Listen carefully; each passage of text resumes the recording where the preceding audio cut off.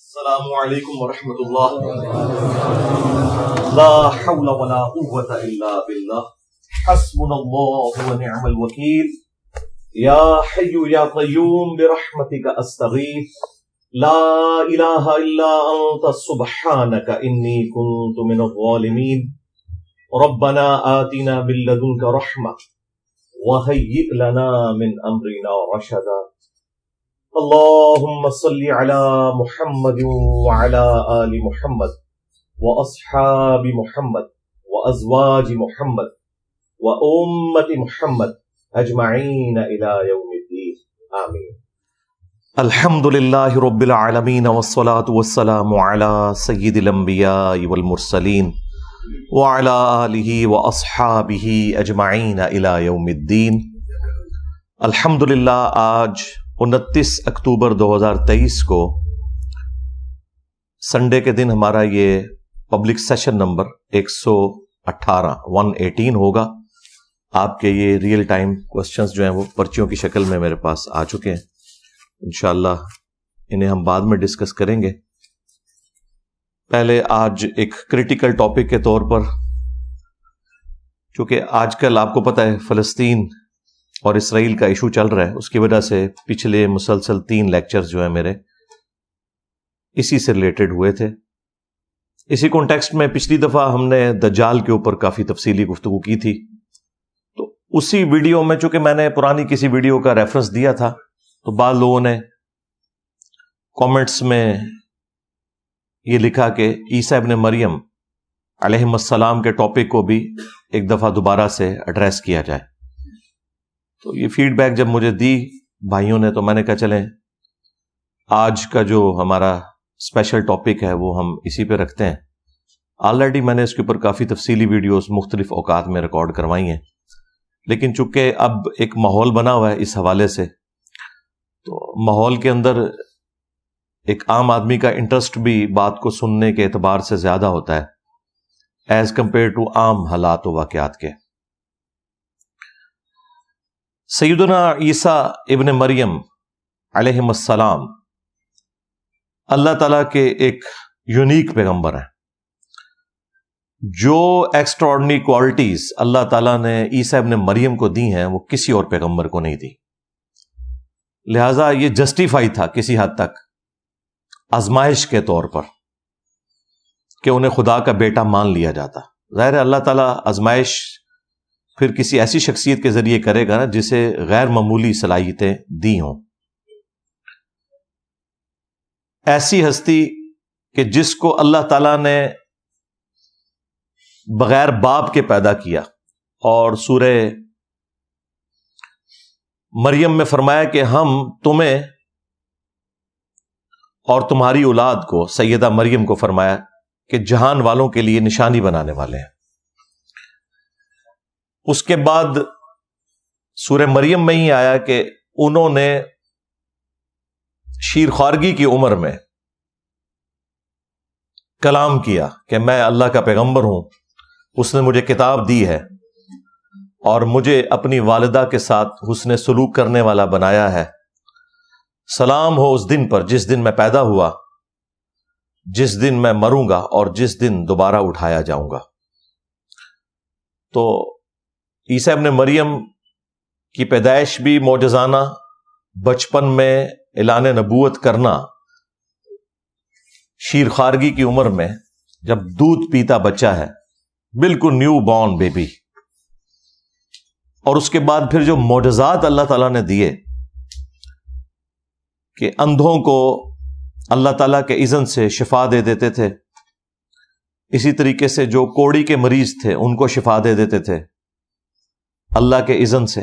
سورۃ المائدہ میں، سورہ مریم میں، سورہ آل عمران کے اندر یہ 3 مین صورتیں ہیں جن میں عیسیٰ ابن مریم کا تفصیلی ذکر آیا ہے، وہ آپ خود بھی پڑھ سکتے ہیں. اور سب سے بڑھ کر مٹی کی مورت میں پھونک مارتے تھے تو وہ پرندہ بن جاتی تھی اللہ کے اذن سے، اور مردوں کو زندہ کر دیتے تھے اللہ کے اذن سے.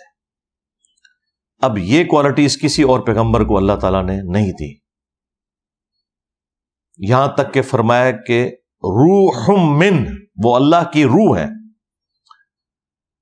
اسی کی وجہ سے بعض لوگوں نے دھوکہ کھایا اور انہیں خدا کا بیٹا کہہ دیا، حالانکہ اللہ تعالیٰ نے عیسیٰ ابن مریم کا سٹیٹس بالکل کلیئر کیا کہ وہ اللہ کے بندے ہیں.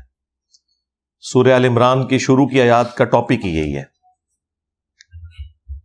بہرحال جس شخصیت کے ساتھ اتنے ایکسٹراڈنری چیزیں جڑی ہوں تو انسانیت نے پھر ان کے بارے میں یہی کلیم کرنا ہے کہ کم از کم انہیں خدا کا بیٹا مانو یا پھر خدا کلیم کر دو. اور یہ دونوں عقائد ان کے ساتھ لوگوں نے منسوب کیے. کیتھولک کا عقیدہ ہے کہ وہ خدا کے بیٹے ہیں، اور پروٹیسٹنٹ کا عقیدہ ہے کہ وہ عیسیٰ ابن مریم خود اللہ ہیں جو کہ انسانی شکل میں زمین کے اوپر آ گئے، وَلِعَاذُ بِاللَّهِ تعالی. اور اللہ تعالیٰ نے دونوں عقیدوں کا رد کیا ہے بڑی تفصیل کے ساتھ. سورہ آل عمران میں اور سورۃ المائدہ میں تو جس شان سے ڈسکشن ہوئی ہے وہ تو اپنی نوعیت کی ایک یونیک ڈسکشن ہے. لَقَدْ كَفَرَ الَّذِينَ قَالُوا إِنَّ اللَّهَ هُوَ الْمَسِيحُ ابْنُ مریم، بے شک وہ لوگ کھلا کفر کر رہے ہیں کہ جو کہہ رہے ہیں کہ عیسیٰ ابن مریم ہی اللہ ہے.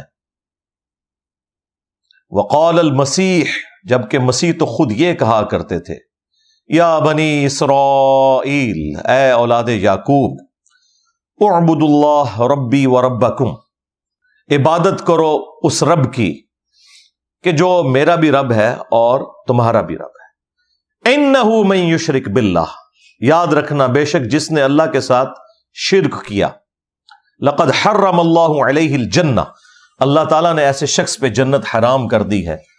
وَمَأْوَاهُ النَّارُ، اور اس کا ٹھکانہ ہے جہنم کی آگ. وَمَا لِلظَّالِمِينَ مِنْ أَنصَارٍ، اور ایسے شخص کا قیامت کے دن کوئی مددگار بھی نہیں ہوگا جو اس قسم کا عقیدہ وابستہ کرے گا. اس سے زیادہ تو بہتر انداز میں سمجھایا نہیں جا سکتا تھا. پھر آگے چل کے فرمایا لَقَدْ كَفَرَ الَّذِينَ قَالُوا إِنَّ اللَّهَ ثَالِثُ ثَلَاثَةٍ، وہ بھی کافر ہیں جو کہہ رہے ہیں کہ اللہ تین میں سے ایک ہے. یعنی وہ کہتے تھے کہ اس وقت ٹرینٹی یہ تھی کہ تین خدا ہیں، اللہ، سیدہ مریم اور سیدنا عیسیٰ ابن مریم. آج کی جو ٹرینٹی ہے اس میں سیدہ مریم کو تو سائڈ پہ کر کے انہوں نے ہولی گوسٹ کو داخل کر دیا ہے، سیدنا جبرائیل علیہ السلام. بہرحال ٹرینٹی آج بھی اس طریقے سے موجود ہے. پھر آگے چل کے اللہ تعالیٰ نے فرمایا کہ مل مسیح ابن مریم الا رسول، عیسیٰ ابن مریم تو نہیں تھے مگر ایک رسول. قد خلت من قبلہ الرسل، ان سے پہلے بھی رسول گزر چکے ہیں.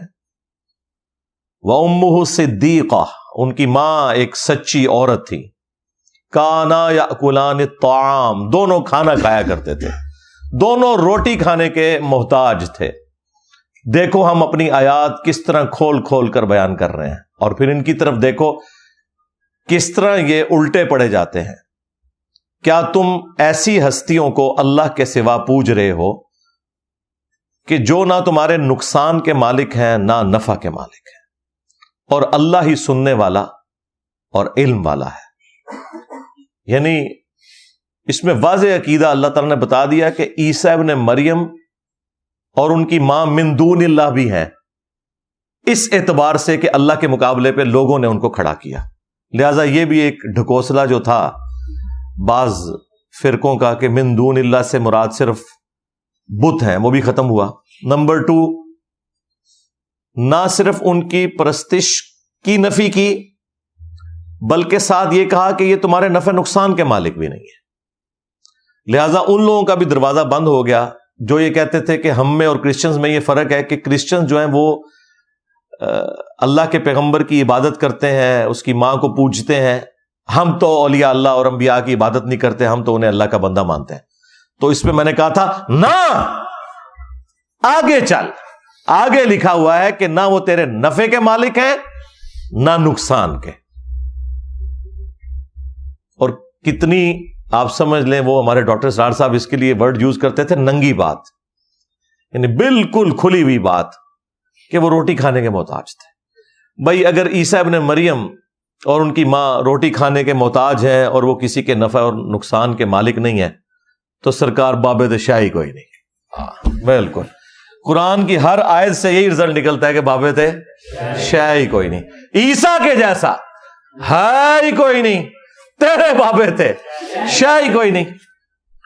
تو اگر عیسیٰ ابن مریم کو اللہ تعالیٰ نے سینٹرڈ کیا تو صرف اس لیے کہ آپ کے سامنے یہ مقدمہ بالکل واضح ہو جائے کہ اگر عیسیٰ ابن مریم جو اولو العزم پیغمبروں میں سے ہیں، 5 اولو العزم پیغمبر قرآن میں رپورٹ ہوئے ہیں، سورۃ الاحزاب میں، سورہ الشورى کے اندر، محمد رسول اللہ صلی اللہ علیہ وآلہ وسلم، ابراہیم خلیل اللہ، موسیٰ کلیم اللہ، نوح نجی اللہ، اور عیسیٰ روح اللہ علیہم السلام اجمعین، ان میں سے ایک ہیں۔ اگر ان کا یہ سٹیٹس ہے کہ وہ روٹی کھانے کے محتاج ہیں، کسی کے نفع نقصان کے وہ مالک نہیں ہیں، تو سرکار پھر باقیوں کو تو آپ چھوڑ دیں۔ اور پھر سورۃ المائدہ میں اللہ تعالیٰ نے جتنے سخت الفاظ کے اندر اس ٹاپک کو ایڈریس کیا ہے، لقد کفر الذین قالوا ان اللہ هو المسیح ابن مریم، بے شک وہ لوگ کھلا کفر کر رہے ہیں کہ جو کہہ رہے ہیں کہ اللہ ہی عیسیٰ ابن مریم ہے، نعوذ باللہ۔ قل فمن یملک من اللہ شیئا، یہ شیئا بابت شاہی کوئی نہیں، یہ عربی سے لفظ آیا ہوا ہے۔ اے نبی ان سے فرماؤ اللہ کا کوئی کیا بگاڑ لے گا اگر اللہ ارادہ کرے کہ عیسیٰ ابن مریم کو، ان کی ماں کو، اور جتنے زمین میں ہیں سب کو ہلاک کر دے، یعنی سارے باب فارغ، تب بھی اللہ کو کوئی پوچھ نہیں سکتا۔ تو یہاں پہ اللہ تعالیٰ نے توحید کو پھر اسٹیبلش کیا۔ غصہ تھا کرسچنز پہ، سینٹرڈ کسے کیا؟ عیسیٰ ابن مریم کو، کیونکہ اللہ تعالیٰ کو تو کوئی آر نہیں ہے، یہ کائنات اس نے اس لیے نہیں بنائی ہے کہ اس کے پیغمبروں کو خدا مان لیا جائے۔ جب توحید سمجھائے گا اللہ تعالیٰ پھر اسی طریقے سے سمجھائے گا کہ اگر اللہ عیسیٰ، اس کی ماں اور سب کو ہلاک کرتے، اچھا وصال شریف بھی نہیں فرمایا، وفات شریف بھی نہیں، ہلاک کا لفظ ہے صرف یہ بتانے کے لیے کہ خالق اور مخلوق میں کتنا فرق ہے۔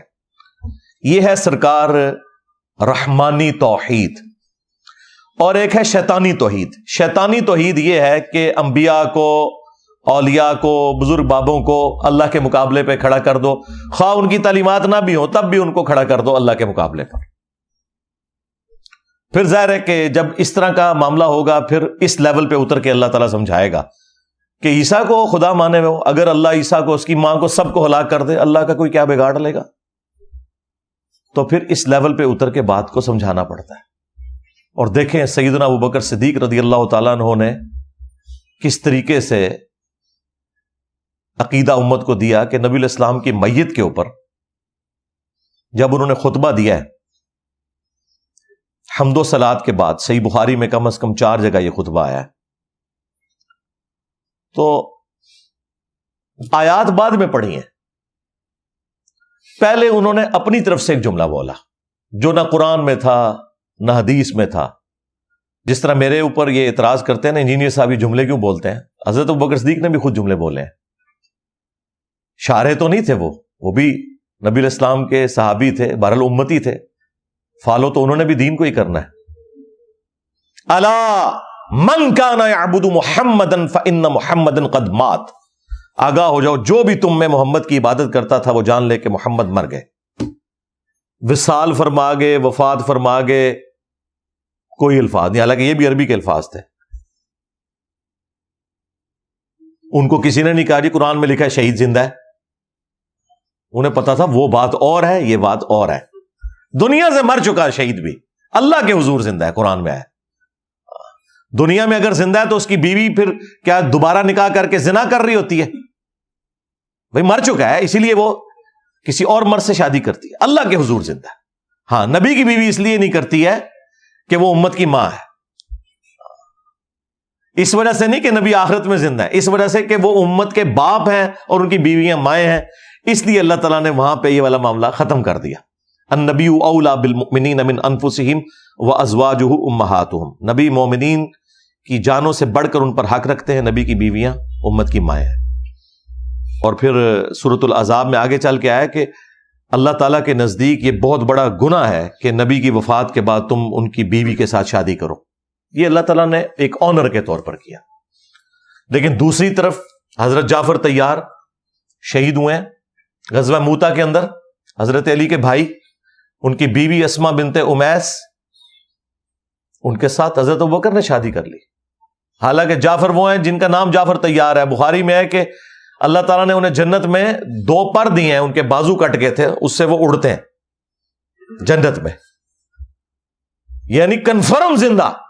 اور بیوی نے نکاح کر لیا حضرت ابوبکر کے ساتھ, ان سے محمد بن ابی بکر پیدا ہوئے. پھر حضرت ابوبکر بھی فوت ہو گئے, پھر اسی عورت کے ساتھ حضرت علی نے نکاح کر لیا اور محمد بن ابی بکر کی پرورش کی. اور جعفر طیار کا جو بیٹا تھا عبداللہ بن جعفر, اس کی بھی پرورش کی, بلکہ ان کو تو اپنی بیٹی زینب بھی دے دی. تو یہ میں بتا رہا ہوں کہ اگر شہید زندہ ہے تو یہ کیا آگے چل رہا ہے سارا معاملہ, تو وہ زندگی اللہ کے حضور ہے. تو حضرت ابوبکر نے ایک فرضی جملہ بولا, جو بھی تم میں محمد کی عبادت کرتا تھا جان لے محمد مر گئے. وَمَن يَعْبُدُ اللَّهَ, اور جو اللہ کی عبادت کرتا تھا وہ جان لے فَإِنَّ اللَّهَ حَيٌّ لَا يَمُوتُ, کہ اللہ تعالیٰ زندہ ہے, اسے کبھی موت نہیں آئے گی. کسی نے نہیں کھڑے ہو کے کہا کہ حضرت یہ کون سی آیت ہے, یہ کون سی حدیث ہے, یہ آپ اپنی طرف سے باتیں کر رہے ہیں. کسی کی جرت نہیں تھی.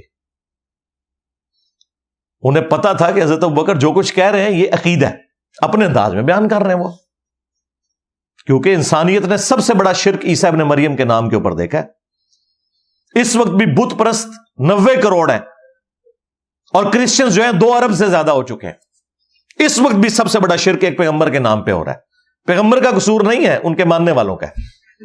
لیکن نبی علیہ السلام نے کیا فرمایا صحیح بخاری میں, دیکھنا میری شان کو اس طرح بلند نہ کرنا جس طرح نصارہ نے عیسیٰ ابن مریم کو بڑھا دیا. میں اللہ کا بندہ اور اس کا رسول ہوں, مجھے اللہ کا بندہ اور اس کا رسول کہنا.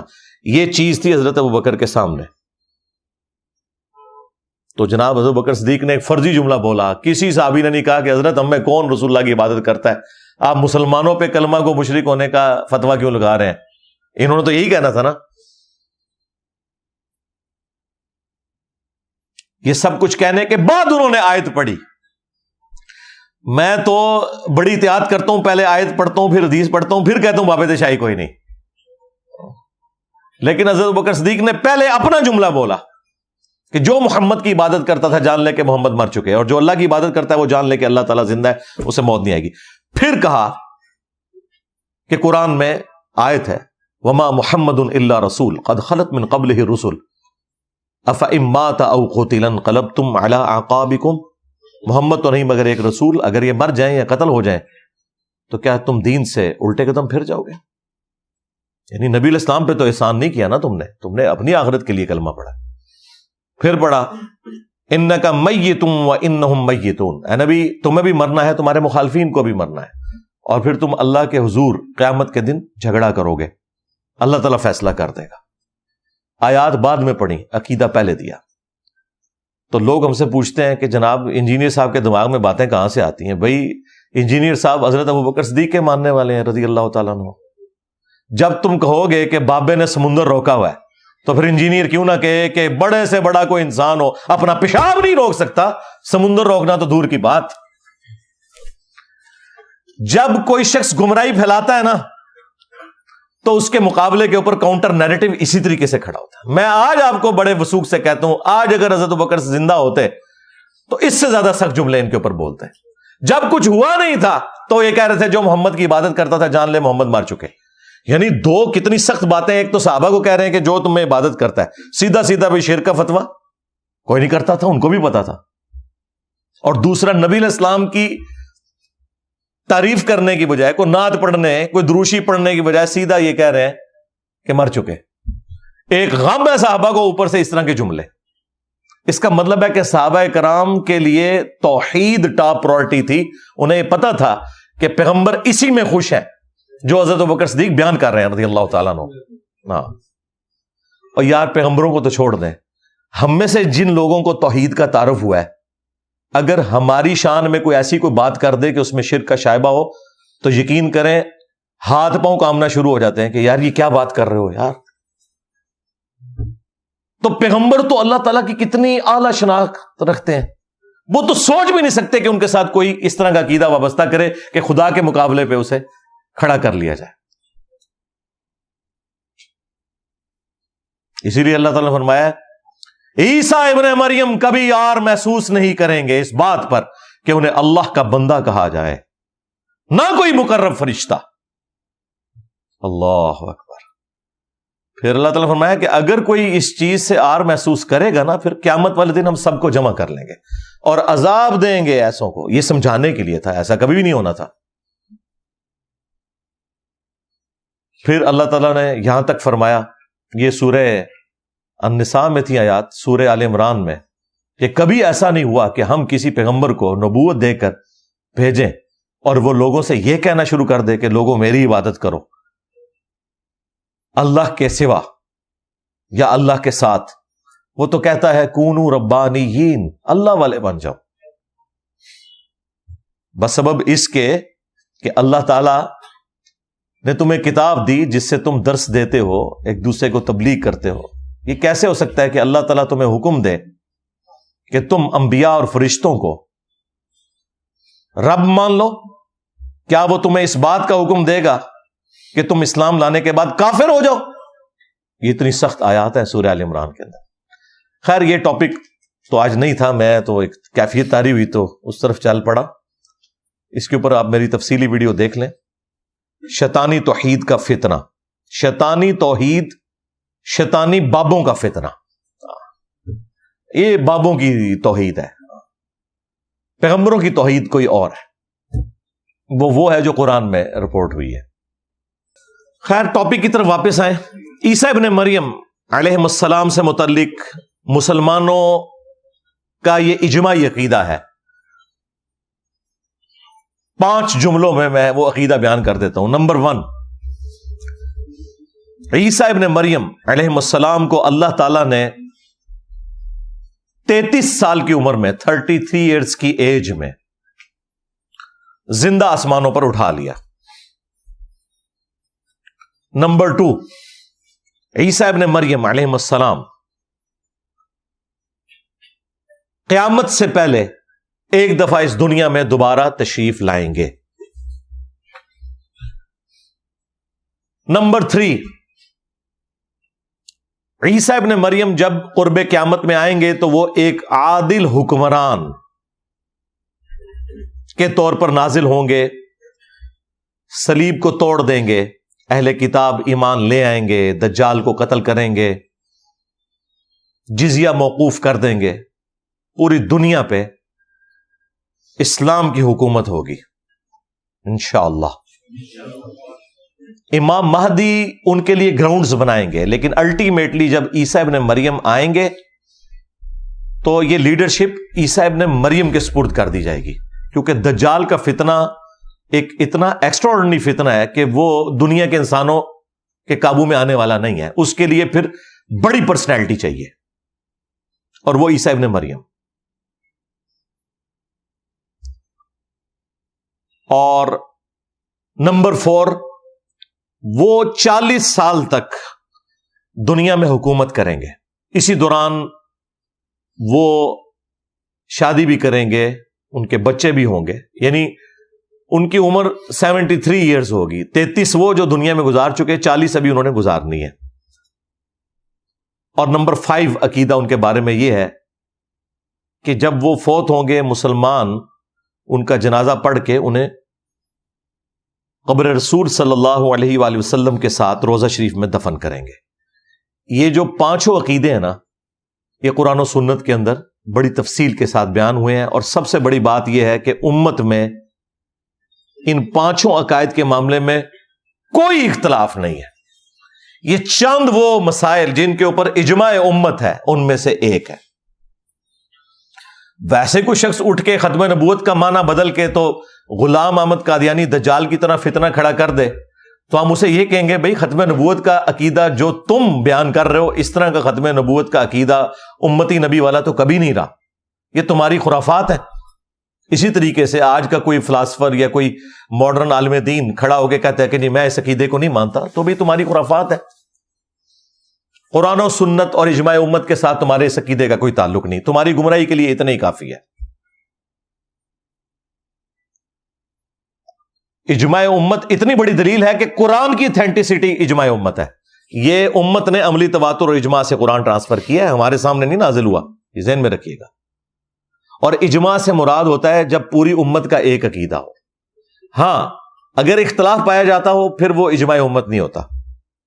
تو جس طرح قرآن کے بارے میں یہ اجماعی عقیدہ ہے کہ یہ محفوظ ہے کتاب، سنی ہو شیعہ ہو جتنے بھی ان کے آف شوٹس ہوں سب کا یہی عقیدہ ہے، اس طرح یہ والا جو عقیدہ عیسیٰ ابن مریم والا، اس کے اوپر نہ صرف ود ان اسلام یا مسلمانوں میں اجماع ہے بلکہ انسانیت کا اجماع ہے.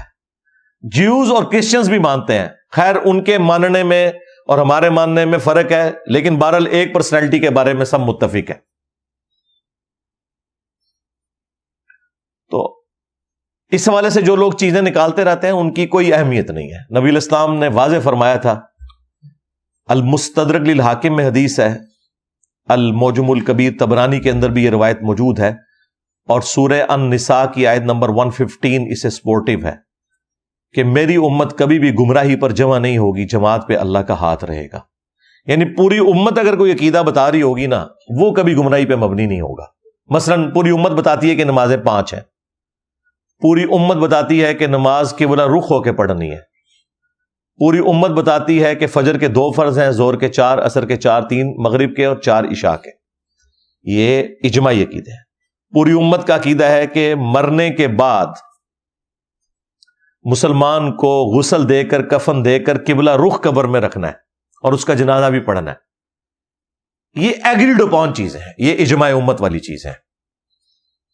اسی طریقے سے حیات مسیح اور نزول مسیح علیہ السلام کے اوپر بھی امت کا اجماع ہے. کسی بندے کے اختلاف کرنے سے کوئی اس کی اہمیت نہیں ہے کہ اسے اتنا اجاگر کیا جائے کہ آپ ایک مصیبت ڈال کے بیٹھ جائیں. ہم دلائل رکھیں گے انشاءاللہ تعالی، ساتھ ساتھ ان لوگوں کے شیطانی وسوسوں کا رد بھی کریں گے تاکہ ایک عام آدمی کو بات سمجھ آ جائے. سب سے پہلے قرآن پاک میں جو آیات ہیں میں انشاءاللہ وہ کور کروں گا 3 مقامات سے عیسیٰ ابن مریم سے متعلق، جو حیات مسیح اور نزول مسیح سے ریلیٹڈ آیات ہیں، اور ان کی ساتھ ساتھ تشریح بھی کروں گا انشاءاللہ تعالی. اور اینڈ پہ جا کے میں 12 صحیح الاسناد احادیث بیان کروں گا، لیکن وہ آخر میں بیان کروں گا صرف اس لیے کہ وہ لوگ جو یہ سمجھتے ہیں کہ یہ عقیدہ امت نے خود سے گھڑ لیا ہے، قرآن میں اس کی کوئی جڑ موجود نہیں ہے، ان کا رد کرنا اس وقت زیادہ امپورٹنٹ ہے. احادیث تو عموماً آپ نے سنی ہوئی ہیں، لیکن ظاہر ہے کہ ہم تو ہر حدیث ریفرنس کے ساتھ بیان کرتے ہیں. وہ 12 صحیح الاسناد احادیث انشاءاللہ تعالی میں اینڈ پہ بیان کر دوں گا. تفصیل میں جانے سے پہلے ایک دفعہ دروشی پڑھ لیں. اللہم صلی علی محمد وعلی آل محمد واصحاب محمد اجمعین الی یوم الدین. ہاں جی، پہلا مقام جو ہے جی وہ سورہ النساء کی آیت نمبر 156 آنورڈ. سورۃ النساء کنکلوڈ ہو رہی ہے ان آیات کے اندر. جیوز نے جو اللہ تعالیٰ کی نافرمانیاں کی ہیں ان کی ایک فہرست آپ سمجھ لیں، پورا مقدمہ ان پہ قائم کیا. انہی میں سے ایک چیز اللہ تعالیٰ نے بیان فرمائی عیسیٰ ابن مریم کے حوالے سے کہ اللہ تعالیٰ نے جیوز کے دلوں پر جو مہر لگا دی اس کی چند وجوہات میں سے ایک وجہ یہ بھی تھی. اعوذ باللہ من الشیطان الرجیم، بسم اللہ الرحمن الرحیم. وَبِكُفْرِهِمْ وَقَوْلِهِمْ عَلَى مَرْيَمَ بُهْتَانًا عَظِيمًا. اور یہ جو ان کے دلوں کے اوپر اللہ نے مہر لگائی وہ بسبب اس کے کہ انہوں نے کفر کیا، اور ان کا یہ قول جو انہوں نے سیدہ مریم کے اوپر ایک بہت بڑا بہتان لگایا، نعوذ باللہ، کہ ان کا بیٹا جو ہے یہ آؤٹ آف ویڈ لاک پیدا ہوا ہے بجائے اسے معجزہ ماننے کے. وَقَوْلِهِمْ، اور ان کا یہ کہنا بھی، اِنَّا قَتَلْنَا الْمَسِيحَ عِيسَى ابْنَ مَرْيَمَ رَسُولَ اللَّهِ، کہ بے شک ہم نے تو مسیح کو، عیسیٰ ابن مریم کو قتل کر دیا جو کہ اللہ کے رسول ہیں. اب اس کے اندر ایک بڑی حیران کن بات ہے چھپی ہوئی کہ عیسیٰ ابن مریم جو کہ رسول اللہ ہے ان کو قتل کرنے کا دعویٰ یہ کر رہے ہیں، کیونکہ رسول کبھی بھی قتل نہیں ہوتا، انبیاء قتل ہوئے ہیں. قرآن میں جن آیات میں رسول کے لیے ورڈ آیا نا وہ بھی لغت کے معنوں میں آیا. جب ٹرمنالوجی میں اصطلاح میں بات کرتے ہیں تو نبی وہ ہوتا ہے کہ جو کسی رسول کی شریعت میں مجدد کی حیثیت سے آتا ہے, اسے اسٹیبلش کرنے کے لیے, نہ کہ کوئی نئی شریعت لے کے آتا ہے. اور رسول وہ ہوتا ہے جو نئی شریعت کے ساتھ آتا ہے. رسول تو بہت تھوڑے ہیں. وہ مسند احمد میں حدیث ہے, مشکات میں بھی, کہ 1,24,000 پیغمبر ہیں, ان میں سے صرف 315 رسول ہیں, باقی سب کے سب انبیاء ہیں. رسول شریعت کے ساتھ آتے ہیں, پلس رسول آ کے اپنی قوم کو یہ دھمکی لگاتے ہیں کہ اگر تم ہم پر ایمان نہ لائے تو بڑے دن کا عذاب تمہیں آ پکڑے گا. اور پھر اس کی وجہ سے ان کی قوموں کو ہلاک کیا جاتا ہے. جس طرح نوح علیہ السلام رسول تھے, ہود علیہ السلام, صالح علیہ السلام, شعیب علیہ السلام, لوط علیہ السلام. تو اس لیے دیکھیں انہوں نے دھمکیاں دی اور مخالفین تباہ و برباد ہوئے. موسیٰ علیہ السلام. لیکن جو انبیاء ہوتے ہیں نا وہ صرف دعوت توحید دیتے ہیں, جو اگلی شریعت ہے اس کی پیروی کا حکم دیتے ہیں. جس طرح کہ یوسف علیہ السلام, وہ کہیں آپ کو ان کی دھمکی نظر نہیں آئے گی کہ اگر مجھ پہ ایمان نہ لائے تو بڑے دن کا عذاب آ پکڑے گا. وہ تو صرف جیل کے ساتھیوں کو دعوت توحید دیتے ہیں, کیونکہ وہ آلریڈی حضرت ابراہیم علیہ السلام, حضرت اسحاق علیہ السلام, حضرت یعقوب علیہ السلام کے دین کے اوپر ہوتے ہیں. تو یہ نبی اور رسول میں فرق ہے. رسولوں کے کیس میں اللہ تعالیٰ نے واضح فرما دیا ہے, کتب اللہ لأغلبن انا ورسولی, اللہ نے یہ طے کر لیا اپنے پاس کہ بالضرور میں اور میرے رسول ہی غالب رہیں گے. رسول کبھی قتل نہیں ہوگا, کیونکہ رسول اگر دھمکی لگائے اور خود قتل ہو جائے تو اس کی رسالت تو پھر گئی نا. دھمکی لگا رہا تھا مخالفین کو, خود قتل ہو گیا ان کے ہاتھوں. یہ وجہ ہے کہ عیسیٰ ابن مریم قتل نہیں ہوئے, اللہ تعالیٰ نے انہیں آسمانوں پہ اٹھا لیا, بچا لیا, اور ان کے مخالفین پہ عذاب کا کوڑا پھر برسا, اور مسلسل پچھلے 2000 سال سے برس رہا ہے. ٹائٹس نے 70 عیسوی کے اندر نبی الاسلام کی پیدائش سے ایگزیکٹلی 500 ایئرز پہلے ہیکل سلیمانی جو دوبارہ انہوں نے تعمیر کیا تھا نیبوکیڈ نظر کے توڑنے کے بعد, اسے توڑ دیا. ایک دیوار صرف چھوڑی اس نے, وہ جس کے سامنے یہ وہ گریا کر رہے ہوتے ہیں, ویلنگ وال, دیوار گریا. اور پھر مسلسل عذاب کی قسطیں ان پہ آتی نہیں ہیں. اس کی وجہ یہ ہے کہ انہوں نے اپنی روش نہیں بدلی. پچھلی صدی میں تو اتنا بڑا عذاب آیا کہ وہ انسانی ہسٹری میں نہیں آیا کسی کے اوپر. 60 لاکھ یہودیوں کو ہٹلر نے دوسری جنگ عظیم کے اندر 100 فیکٹریز میں گیس چیمبرز کے اندر قتل کر دیا. ہٹلر کا جو عمل ہے وہ غلط ہے, اسے ہم کنڈیم کریں گے. ان پہ جو عذاب آیا وہ اللہ تعالیٰ کی نافرمانی کرنے کے سبب. اور یہ جو میں بات کر رہا ہوں یہ یہودی خود مانتے ہیں. آج بھی آپ کو پتا ہے جو زائنسٹ ہیں وہ الگ سے ہیں, جیوز الگ سے ہیں. زائنسٹ نے اسرائیل بنایا ہے, اسرائیل بنانے کو جیوز حرام سمجھتے ہیں. جو اوریجنل یہودی ہیں, جو امریکہ میں آپ کو فلسطین کے جھنڈے لگائے ہوئے اور اسرائیل کے جھنڈے کے اوپر کراس کا نشان کے ساتھ نظر آ رہے ہیں, وہ جیوز ہیں. وہ یہ کہتے ہیں کہ ہم نے نہیں یہ کام کرنا کہ ہم الگ سے ریاست بنائیں. جب تک ہمارے گناہوں کی معافی نہیں ہوتی اس وقت تک اللہ تعالیٰ ہمیں حکومت نہیں دے گا, اور وہ اللہ ہی ہمیں حکومت بنا کے دے گا. کیونکہ انہوں نے تو موسیٰ علیہ السلام کو بھی کہا تھا کہ اللہ ہی جا کے جہاد کرے, ہم نے نہیں کرنا. تو یہ کیسے کر سکتے ہیں؟ تو ایک پولیٹیکل موومنٹ تھی یہ زائنسٹ موومنٹ جو ہے. ہاں ان کا مذہب جو ہے وہ یہودیت تھا, بس یہ ہے. جس طرح کے سلطنت عثمانیہ یا بنو امیہ, بنو عباس یا باقی حکومتیں, اسلامی حکومتیں تو نہیں تھی. ہاں وہ بادشاہ جو تھے وہ مسلمان تھے, اس کی وجہ سے ذرا اسلام کا ٹپا لگ گیا, ورنہ کام کوئی مسلمانوں والے نہیں تھے. نہ سلطنت مغلیہ کے کام مسلمانوں والے تھے الا ماشاء اللہ. تو اس چیز کو آپ نے سمجھنا ہے. اللہ تعالیٰ رسولوں کی حفاظت کرتا ہے. تو عیسیٰ ابن مریم کی بھی اللہ نے حفاظت کی کہ انہیں اٹھا لیا, تو اور ان کے مخالفین پہ عذاب کے کوڑے مسلسل برس رہے ہیں. آخری کوڑا برسنا ہے جب قرب قیامت میں انہوں نے خود نازل ہونا ہے. تو اس وقت پھر جیوز اور کرسچن اسلام قبول کر لیں گے، لیکن جو اس وقت بھی نہیں کریں گے نا، ان کے خلاف پھر قتال ہوگا۔ وہ بخاری مسلم میں آیا کہ اگر کسی درخت یا پتھر کے پیچھے بھی کوئی یہودی چھپا ہوگا نا، تو اتنا بڑا اللہ کا عذاب ہوگا کہ وہ درخت اور پتھر بھی بولے گا کہ اے مسلم، میرے پیچھے یہودی ہے، اسے قتل کر دے۔ اے بریلوی دیوبندی اہل حدیث شیعہ نہیں، اے مسلم، تو لہذا مسلم بڑھ جاؤ، خدا دا نہ جائے۔ تو ایک غرقد کا درخت نبی علیہ السلام کہتے ہیں کہ وہ یہودیوں کا درخت ہے، وہ نہیں بولے گا، جس کی کاشت انہوں نے بہت بڑے پیمانے پہ کی ہے۔ انہوں نے تو خیر کسی اور وجہ سے کی، بہرحال الٹیمیٹلی اس کے پیچھے یہ وجہ بھی ہے، وہ بہت بڑی جھاڑی ہوتی ہے ریگستان میں، اتنی گھنی جھاڑی وہی اگ سکتی ہے، اس میں ایک بندہ کیا کئی بندے بھی آپ چھپا دے تو نظر ہی نہ آئے، درخت نما جھاڑی ہے وہ۔ تو وہ غرقد کا درخت ان کو پناہ دے گا، ادروائز وہ قتل کیے جائیں گے میدان جنگ میں۔ عام حالت میں نہیں قتل کرنا، نہ کسی مسلمان نے یہودی کو، نہ کسی یہودی نے مسلمان کو، صرف میدان جنگ کا معاملہ ہے۔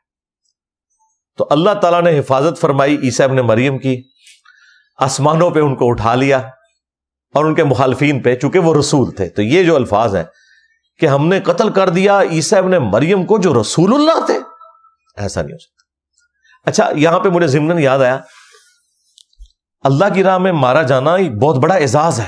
ہر نبی کی خواہش ہوتی ہے کہ وہ قتل ہو، ہر رسول کی خواہش ہوتی ہے کہ وہ اللہ کی راہ میں شہید ہو، لیکن اللہ کا رول اپنی جگہ ہے، اس رول سے باہر کوئی خواہش اللہ تعالیٰ پوری نہیں فرماتا، لیکن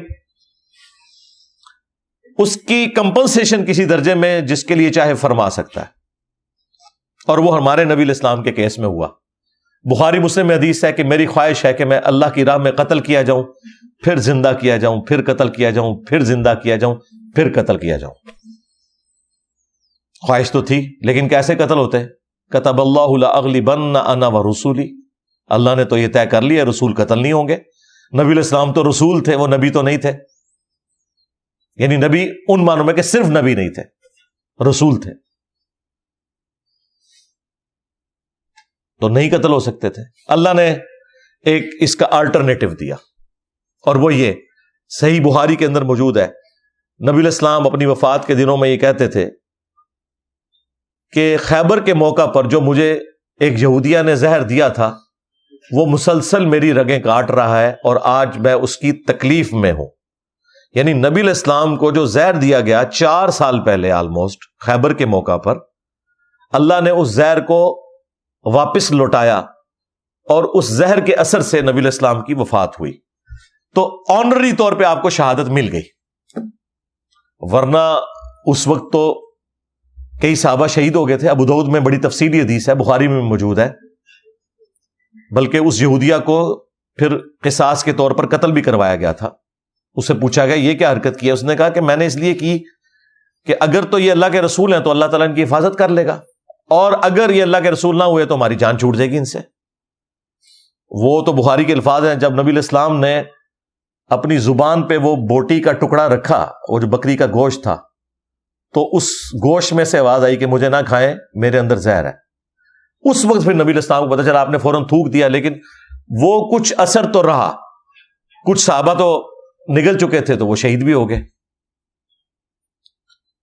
اور نبی علیہ السلام کو نہیں ظاہر پتا تھا کہ اس کے اندر زہر ہے۔ یہ جو علم غیب کا عقیدہ انہوں نے خود ساختہ بنایا تھا۔ علم غیب یہ ہے کہ جب اللہ بتائے گا، اللہ نہ بتائے تو نبی نے اپنے سامنے تو اپنے ساتھیوں کو اس طرح قتل نہیں ہونے دینا تھا۔ حریص علیکم بالمؤمنین رؤوف الرحیم صلی اللہ علیہ وآلہ وسلم، مومنین کی جانوں سے بڑھ کر ان پر حریص ہیں، ان سے محبت کرنے والے ہیں، تو یہ ہو نہیں سکتا تھا۔ بہرحال وہ پھر زہر عود کر آیا، اور نبی علیہ السلام کی وفات اس کی وجہ سے ہوئی۔ آنری طور پہ آپ کو شہادت بھی مل گئی، لیکن وہ چیز اپنی جگہ ہے کہ اللہ تعالیٰ رسولوں کی حفاظت فرماتا ہے۔ وَقَوْلِهِمْ إِنَّا قَتَلْنَا الْمَسِيحَ عِيسَى ابْنَ مَرْيَمَ رَسُولَ اللَّهِ وَمَا قَتَلُوهُ، انہیں قتل نہیں کیا گیا، وَمَا صَلَبُوهُ، نہ انہیں سولی چڑھایا گیا، وَلَكِنْ شُبِّهَ لَهُمْ، بلکہ معاملہ ان کے لیے ایمبیگوس ہو گیا، مشتبہ ہو گیا، ان کے قاتلین کو یہ پتہ ہی نہیں چلا کہ وہ کس کو قتل کر رہے ہیں۔ وَإِنَّ الَّذِينَ اخْتَلَفُوا فِيهِ، اور بے شک اس معاملے میں جو لوگ اختلاف کر رہے ہیں، لفی شک من، وہ ان کے معاملے میں شک میں ہیں, انہیں کوئی یقین سے نہیں پتا. ظاہر ہے کہ جیوز اور کرسچنز دونوں اس کے اوپر متفق ہیں کہ انہوں نے ایک بندے کو سولی چڑھا دیا, عیسیٰ ابن مریم کو. یہودیوں نے چڑھایا اور کرسچنز انہیں اس معاملے میں عیسیٰ ابن مریم کا قاتل سمجھتے ہیں. اسی وجہ سے ان دونوں نے کبھی بھی ایکا نہیں کیا. یہ آج جو آپ کو ایکا نظر آ رہا ہے اس کی ریزن کوئی اور ہے, وہ میں دجال والی ویڈیو میں بتا چکا ہوں. ما لہم بہ من علم, اس معاملے میں ان کے پاس کوئی علم والی بات تو ہے نہیں ہے. الا اتباع ظن, سوائے اس کے کہ یہ اپنے گمان کی پیروی کر رہے ہیں. وما قتلوہ یقینا, اور یقیناً انہیں قتل نہیں کیا گیا. بل رفعہ اللہ الیہ, بلکہ اللہ تعالیٰ نے انہیں بلند کر لیا اپنی طرف. وکان اللہ عزیزا حکیما, اور بے شک اللہ تعالیٰ غالب ہے, حکمت والا ہے. یہ اللہ کی حکمت ہے. اللہ تعالیٰ اس بات پر بھی غالب تھا کہ جو لوگ انہیں قتل کرنا چاہ رہے تھے انہیں تباہ کر دیتا, لیکن اللہ کی حکمت یہ ہے کہ ان کو اس وقت کچھ نہیں کہا. عیسیٰ ابن مریم کو ہی اللہ تعالیٰ نے اوپر اٹھا لیا. اس میں واضح آ گیا کہ نہ وہ قتل ہوئے نہ سولی دیے گئے, اور یقیناً وہ قتل نہیں ہوئے, بلکہ اللہ نے انہیں اپنے پاس اٹھا لیا. اب یہ بڑا اچھا موقع تھا کہ یہاں پہ اللہ تعالیٰ فرماتا کہ وہ اپنی نیچرل ڈیتھ فوت ہوئے, فلاں جگہ ان کی قبر ہے. نہیں, فوت ہونے کا ذکر ہی نہیں ہے. یہ ذکر ہے کہ قتل نہیں ہوئے, سلیب نہیں دیے گئے, بلکہ اللہ نے انہیں اپنے پاس اٹھا لیا. تو یہ اتنے غیر معمولی الفاظ بتا رہے ہیں کہ اللہ تعالیٰ نے انہیں زندہ اٹھایا. اور اس کی جو تفصیلات ہیں وہ جو مسلم مفسرین ہیں, امام طبری ہوں یا امام ابن کثیر ہوں, انہوں نے مختلف روایتیں نقل کی ہیں. ظاہر ہے کہ اس کی تفصیلات نبی علیہ السلام نے تو کوئی بیان نہیں فرمائی, بس اتنا ہی عقیدہ ہے کہ یہ اللہ تعالیٰ نے انہیں زندہ آسمانوں پہ اٹھا لیا. لیکن وہ ایونٹ کیا ہوا تھا وہ تفصیلات ہمیں نہیں بتائی گئی ہیں. بعد میں پوپ کی لائبریری سے 17ویں صدی کے آغاز میں, آلموسٹ آج سے کوئی 400 سال پہلے, ایک انجیل کا ورژن نکلا تھا, انجیل برناباس کا. اب کرسچنز تو انجیل برناباس کو نہیں مانتے. بعد میں ٹرکی میں بھی ایک سمگلنگ کے دوران بھی کچھ سال پہلے ایک اس کا نسخہ ایک بندے کے ہاتھ لگ گیا تھا, اور وہ اب ٹرکی کے میڈیا کا تو دعویٰ ہے کہ وہ 1500 سال پرانا نسخہ ہے, نبی علیہ السلام کی پیدائش سے بھی پہلے کا ہے.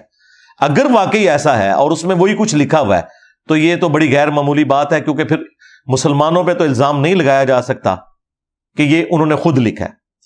لیکن اس کی کوئی کاربن ڈیٹنگ نہیں ہوئی بھی, لہٰذا میں وثوق سے نہیں اسے آن کر سکتا کہ واقعی وہ 1500 سال پرانا ہے. میں نے انجیل برناباس پڑھی ہے, اس کا جو مزاج ہے اس کتاب کا, اس میں تو مجھے نہیں لگتا کہ یہ کتاب کسی بھی اعتبار سے اللہ تعالیٰ کی طرف سے نازل ہوئی ہوئی انجیل ہے. اور مسلمانوں میں چند سکالرز ہیں جو کرسچنز کے ساتھ اس معاملے میں ایگری کرتے ہیں کہ یہ کسی مسلمان نے لکھ کے برناباس کے متھے ماری ہے. اس میں بڑی عجیب و غریب چیزیں بھی ہیں. اور دوسرا, الہامی کتابیں سینٹرڈ اراؤنڈ گاڈ ہوتی ہیں, وہ سینٹرڈ اراؤنڈ نبی علیہ السلام کے ہے. حتیٰ کہ اس میں یہاں تک لکھا ہوا ہے کہ حضرت آدم علیہ السلام کو جب اللہ تعالیٰ نے پیدا کیا تو ان کے جو ہے دائیں انگوٹھے پہ لا الہ الا اللہ اور بائیں انگوٹھے پہ محمد رسول اللہ ظاہر کیا, پھر نبی علیہ السلام کا تعارف کروایا, پھر انہوں نے چوم کے آنکھوں کو لگایا. وہ بریلوی پیش کرتے ہیں, وہ کہتے ہیں انجیل برناباس میں. تو کسی بریلوی نے اس زمانے کے لکھی ہوئی ہے یہ. تو میں تو ایگری نہیں کرتا کیونکہ اس کا مزاج ہی نہیں ہے. ہاں یہ کوئی کہہ سکتا ہے کہ جی وہ مزاج اس لیے نہیں ہے کہ اس میں تبدیلیاں ہو گئی, لیکن اوورآل وہ اس طرح کا مزاج اس میں نظر نہیں آتا جو آپ کو گاسپل آف جان میں, لیوک میں اور مارکس اور میتھیو میں نظر آتا ہے. بہرحال جن کی جذباتی ایفیلیشن ہے ہم اس کو ہرٹ نہیں کرنا چاہتے, لیکن اگر یہ سمجھتے ہیں کہ ٹرکی میں 1500 سال پرانا نسخہ ہے تو ٹرکی کو تو فوراً سے پہلے کاربن ڈیٹنگ کروانی چاہیے. میں کہتا ہوں نہیں, گورا آپ کا مقدمہ مان لے گا. اگر کاربن ڈیٹنگ سے اس کی ڈیٹ نکل آئے وہ تو بڑی آسانی سے پتہ چل جاتا ہے کہ یہ کتنا پرانا نسخہ ہے. جس طرح قرآن پاک کے بھی کچھ نسخوں کی کاربن ڈیٹنگ ہوئی ہے, حضرت عثمان کے زمانے کے نکلے ہیں وہ رضی اللہ تعالیٰ عنہ, آکسفورڈ کی لائبریری میں رکھے ہوئے ہیں. تو اس کی بھی کروائیں, اور میرا خیال ہے اس کی نہ کروانا اور اس کو اس طریقے سے ہائی لائٹ نہ کرنا ہی اس کو مشکوک بنا دیتا ہے. بہرحال انجیل برناباس کا میں نے ذکر اس لیے کر دیا کہ شاید کوئی اس کی طرف ریفر کرے، اور کئی لوگوں نے تو وی لاگس پورے بنا دیے ہیں، وہ اتنے مضبوط دلائل نہیں ہے کہ ہم ان کے سامنے پیش کریں، کیونکہ وہ ان کو مانتے نہیں ہیں. ہمارے پاس آلریڈی گاسپل آف جان کے اندر اتنی تفصیلی نبی علیہ السلام سے متعلق پیش گوئیاں موجود ہیں، ڈیوٹرانومی چیپٹر میں، تورات کے اندر بھی، کہ وہ تو ڈاکٹر ذاکر نائک نے اور احمد دیدار صاحب نے بڑی تفصیل کے ساتھ اس کے اوپر ویڈیوز ریکارڈ کروائی ہوئی ہیں کہ ہمیں برناباس کا سہارا لینے کی ضرورت نہیں. بہرحال اس میں بھی ایک سٹوری ملتی ہے کہ عیسیٰ ابن مریم کے لیے آسمان سے 4 فرشتے نازل ہوئے، اور ان کا ایک حواری تھا یہودا، اس نے خیانت کر دی تھی حضرت عیسیٰ کے ساتھ، اور ان کی رہائش گاہ کی جگہ بتا دی تھی، اور وہاں پہ رومنز کے فوجی پہنچ گئے، بت پرست رومنز کے. پپٹ حکومت اس وقت یہودیوں کی تھی، لیکن اوورال بت پرستوں کی تھی، تو فائنل ڈیسیژن ان کا ہی ہوتا تھا. تو وہ یہودیوں نے عیسیٰ ابن مریم کے خلاف سازش کر کے ان کے کان بھرے. بہرحال وہ جب رومن فوج گرفتار کرنے کے لیے آئی تو وہ جو یہودا تھا اس نے ان کو کہا کہ بھئی میں جس کی طرف اشارہ کروں گا نا، اے میرے استاد، تو تم نے اسے گرفتار کر لینا. ظاہر ہے وہ تو دوسری جگہ سے فوج آئی ہوئی تھی. اس زمانے میں کوئی تصویریں تو نہیں ہوتی تھی نا کہ آپ پیش کریں کہ جناب یہ ہے، آپ کو اس کو آپ نے نامعلوم افراد میں شامل کر لینا ہے. اس زمانے میں تو یہ نہیں ہوتا تھا. تو وہ جب اندر گیا، اس نے اشارہ کیا، تو وہیں پہ اللہ تبارک و تعالیٰ نے پھر معجزانہ طور پر، جب وہ اندر گیا تو اس ایکٹیویٹی کے پرفارم ہونے سے پہلے ہی اللہ تبارک و تعالیٰ نے ایسا معاملہ کیا کہ وہاں پہ اندر تو اندھیرا تھا. جب یہ یہودا انٹر ہوا نا تو ظاہر بھاگ دوڑ مچ گئی. اسی دوران انہوں نے وہاں شمع وغیرہ روشن کی، تو یہودا کی شکل جو ہے وہ عیسیٰ ابن مریم والی اللہ تعالیٰ نے بنا دی تھی سزا کے طور پر. تو جو باقی حواری تھے انہوں نے کہا اے میرے استاد، سب نے یہی کہا. تو رومن فوج نے اس کو پکڑ لیا اور پکڑ کے اسے سولی چڑھا دیا. اسی طرح کی تفصیلات آپ کو ابن کثیر میں اور تبری میں ملیں گی، لیکن اس میں ذرا ڈفرنٹ انداز میں ملتی ہیں. اس میں یہودا کا ذکر نہیں ہے، اس میں کسی اور بندے کا ذکر ہے کہ اس کے ساتھ اللہ نے ایسا معاملہ کیا. اور اس میں پازیٹیو انداز میں ہے کہ حضرت عیسیٰ ابن مریم نے یہ کہا کہ جو چاہتا ہے کہ جنت میں میرا پڑوس حاصل کرے تو وہ میری جگہ سولی چڑھے گا. پھر تو ایک ہی شاگرد تھا جو تیار ہوا، اس نے کہا کہ حضرت میں.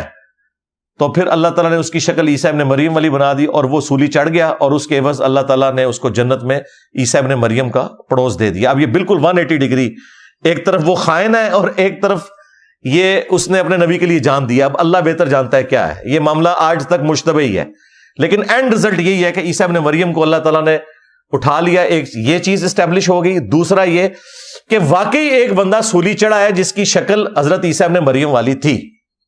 لہذا جوز اور کرسچنز جو یہ کہہ رہے ہیں نا کہ عیسیٰ ابن مریم کو سولی دیا گیا، یہ بات 50% درست ہے کہ ان کی شکل کے ایک بندے کو سولی دی گئی ہے.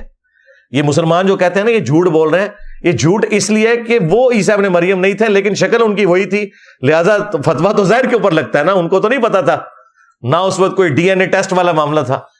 لہذا یہ جو انسانی ہسٹری میں بات چل رہی ہے نا کہ حضرت عیسیٰ ابن مریم سولی دیے گئے، تو واقعی عیسیٰ ابن مریم کی شکل کا ایک بندہ اسی جگہ سے گرفتار ہو کر سولی دیا گیا ہے.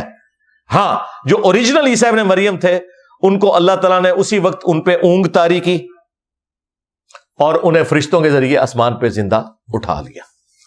تو یہ پورے کا پورا معاملہ ہے جو عیسیٰ ابن مریم کے اٹھائے جانے سے متعلق ہے، جس کو اللہ تعالیٰ فرما رہا ہے کہ مشتبہ ہو گیا. مشتبہ یہ ہوا کہ بعد میں پھر انہیں خیال آیا کہ بھئی جو بندہ مخبری کرنے آیا تھا وہ کدھر گیا، ایک بندہ تو کم پڑ گیا نا. تو وہ پھر بندہ انہوں نے کیا تلاش کرنا تھا. بہرحال یہ سارا معاملہ ہو گیا. اب یہاں تک تو یہ عقیدہ بیان ہوا ہے کہ آسمانوں پہ اللہ تعالیٰ نے انہیں زندہ اٹھا لیا. اگلی آیت کے اندر سورہ النساء کی اللہ تعالیٰ نے فرمایا وَإِن مِّنْ أَهْلِ الْكِتَابِ، اور اہل کتاب میں سے کوئی بھی ایسا نہیں بچے گا إِلَّا لَيُؤْمِنَنَّ بِهِ قَبْلَ مَوْتِهِ، مگر یہ کہ وہ اپنی موت سے پہلے عیسیٰ ابن مریم پر ایمان لے آئے گا. وَيَوْمَ الْقِيَامَةِ يَكُونُ عَلَيْهِمْ شَهِيدًا، اور قیامت کے دن عیسیٰ ابن مریم ان کے اوپر گواہ بھی بنیں گے. یہ جو آیت کا پورشن ہے یہ بتا رہا ہے کہ عیسیٰ ابن مریم پہ سب اہل کتاب ایمان لے آئیں گے، لیکن ان کی زندگی میں تو صرف 12 حواری لے کے آئے ہیں۔ تو اس آیت کو تلاوت کر کے بخاری اور مسلم دونوں میں آتا ہے کہ حضرت ابو ہریرہ رضی اللہ تعالیٰ عنہ جب کبھی بھی نبی علیہ السلام کی وہ حدیث بیان کرتے تھے نا، قسم ہے اس ذات کی جس کے قبضہ قدرت میں میری جان ہے کہ عیسیٰ ابن مریم تم میں ضرور نازل ہوں گے عادل حکمران کی حیثیت سے، صلیب کو توڑ دیں گے، کرسچینٹی ختم۔ جب عیسیٰ ابن مریم ہی صلیب توڑ دیں گے تو کس کرسچن کی جرت ہے کہ وہ پھر صلیب کو مانے؟ اگر رسول اللہ دنیا میں تشریف لے آئے اور خود گنبد خضرا کو اتار دیں کہ میں نے تو تمہیں منع کیا تھا قبروں پہ عمارتیں مت بنانا، تو پھر تو کسی کی گنجائش ہی نہیں رہتی نا کہ وہ مزارات کا دفاع کرنا شروع کرتے۔ تو یہ لاجیکلی سمجھ آتی ہے۔ تو عیسیٰ ابن مریم صلیب کو توڑ دیں گے، خنزیر کو قتل کریں گے علامتی طور پہ، یعنی کہ یہ خنزیر اگر کوئی کھا بھی رہا تھا تو بھئی یہ حرام ہے۔ جزیہ موقوف کر دیں گے، جزیہ تو کافروں سے لیا جاتا ہے۔ انسان میجورٹی جو ہے وہ حضرت عیسیٰ ابن مریم کے ساتھ شامل ہو جائیں گے، اور مخالفین تو ویسے ہی قتل ہو جائیں گے، ہر طرف اسلام ہوگا۔ اور پھر حضرت ابو ہریرہ یہ بیان کر کے حدیث یہی آیت پڑھا کرتے تھے، وَإِن مِّنْ أَهْلِ الْكِتَابِ إِلَّا لِيُؤْمِنَنَّ بِهِ قَبْلَ مَوْتِهِ، وہ کہتے تھے قرآن پڑھ کے دیکھ لو کہ اہل کتاب میں سے کوئی نہیں بچے گا مگر یہ کہ وہ ان کی موت سے پہلے ان پر ایمان لے آئے گا۔ تو سیدنا ابو ہریرہ رضی اللہ تعالیٰ عنہ کا یہ عقیدہ تھا کہ عیسیٰ ابن مریم نے دنیا میں آنا ہے، اور وہ حدیث کے ساتھ اس چیز کو بیان کر کے یہ آیت بھی ساتھ کوٹ کیا کرتے تھے۔ تو اس مقام پر حیات مسیح اور نزول مسیح دونوں کور ہو گئے کہ زندہ انہیں اٹھایا گیا اور وہ قیامت سے پہلے دنیا میں آئیں گے۔ ہاں، اس کے بعد جب وہ آئیں گے پھر ان کے اوپر ظاہر ہے وہ موت بھی طاری ہوگی، جو قرآن میں آیا کہ سلام ہو اس دن پر جس دن میں پیدا ہوا، جس دن میں مروں گا، جس دن میں دوبارہ اٹھایا جاؤں گا۔ تو ظاہر ہے عیسیٰ ابن مریم نے بھی مرنا ہے، انسان ہے، موت تو ان کو بھی آنی ہے۔ تو یہاں پہ غامدی صاحب کی طرف سے ایک پوائنٹ اٹھایا گیا کہ جی سورۃ المائدہ کے آخری رکوع میں تو عیسیٰ ابن مریم اپنے ماننے والوں سے اعلان برات کریں گے، اور وہ تو یہ کہیں گے کہ اے اللہ جب تک میں ان میں موجود تھا ان پر گواہ تھا، جب تو نے مجھے اٹھا لیا پھر تو ہی ان پر گواہ تھا، اب یہ تیرے بندے ہیں، چاہے انہیں عذاب دے چاہے انہیں بخش دے۔ تو غامدی صاحب کا یہ کہنا ہے کہ اس موقع پہ عیسیٰ ابن مریم کو یہ کہنا چاہیے نا کہ یا اللہ جب میں دوبارہ دنیا میں آیا تھا تو پھر میں نے ان کی اصلاح بھی کر دی تھی اور لوگ میرے پہ ایمان بھی لے آئے تھے، تو چونکہ اس میں یہ نہیں لکھا ہوا لہذا دوبارہ آنا مشکوک ہوتا ہے۔ بھئی دوبارہ وہ ان لوگوں کے اوپر تو نہیں آئیں گے، وہ تو ہزاروں سال بعد دوبارہ آ رہے ہیں۔ تو لاجیکلی حضرت عیسیٰ ابن مریم کا قیامت کے دن یہ کہنا بنتا ہی نہیں ہے کہ میں دوبارہ آیا تھا تو میں نے ان کو کلمہ پڑھایا تھا۔ بھئی یہ تب کہتے جب انہی میں دوبارہ آتے، جب ان لوگوں سے متعلق بات ہو رہی ہے کہ جن کے اوپر وہ پیغمبر بنا کے بھیجے گئے انہوں نے ان کا انکار کیا یا ان کے بارے میں ڈیوینٹی کلیم کی، وہ تو مر چکے۔ عیسیٰ ابن مریم تو کسی اور نسل کے اوپر آ رہے ہیں، تو اس کا ذکر وہ کیوں کریں گے؟ خام خواہ ایک چوہا چھوڑنا ہوتا ہے اور لوگ بھی پیچھے چڑھ پڑنا، واقعی یہ تو نہیں لکھا۔ بھئی یہ تو تب لکھا ہوتا جب عیسیٰ ابن مریم 33 عیسوی میں اٹھائے جاتے اور 34 کے اندر واپس آ کے تو ان کو دوبارہ کلمہ پڑھاتے، پھر تو بات ہوتی۔ 33 میں اٹھائے گئے ہیں، آج 2023 ہو چکی ہے، 2000 سال ہو چکے ہیں، آج بھی اگر وہ آ جائیں تو یہ تو کہہ نہیں سکتے قیامت الدن کے میں جب دوبارہ گیا تھا تو میں نے ان کو دوبارہ مسلمان کر لیا تھا، کہ وہ تو مر چکے، وہ تو جہنم میں پہنچ گئے جنہوں نے حضرت عیسیٰ ابن مریم کے ساتھ غلط عقیدے وابستہ کیے ہیں۔ لہذا بالکل یہ جان بوجھ کے نہ قرآن میں کوئی اس طریقے سے اپنی بات کو داخل کرنا۔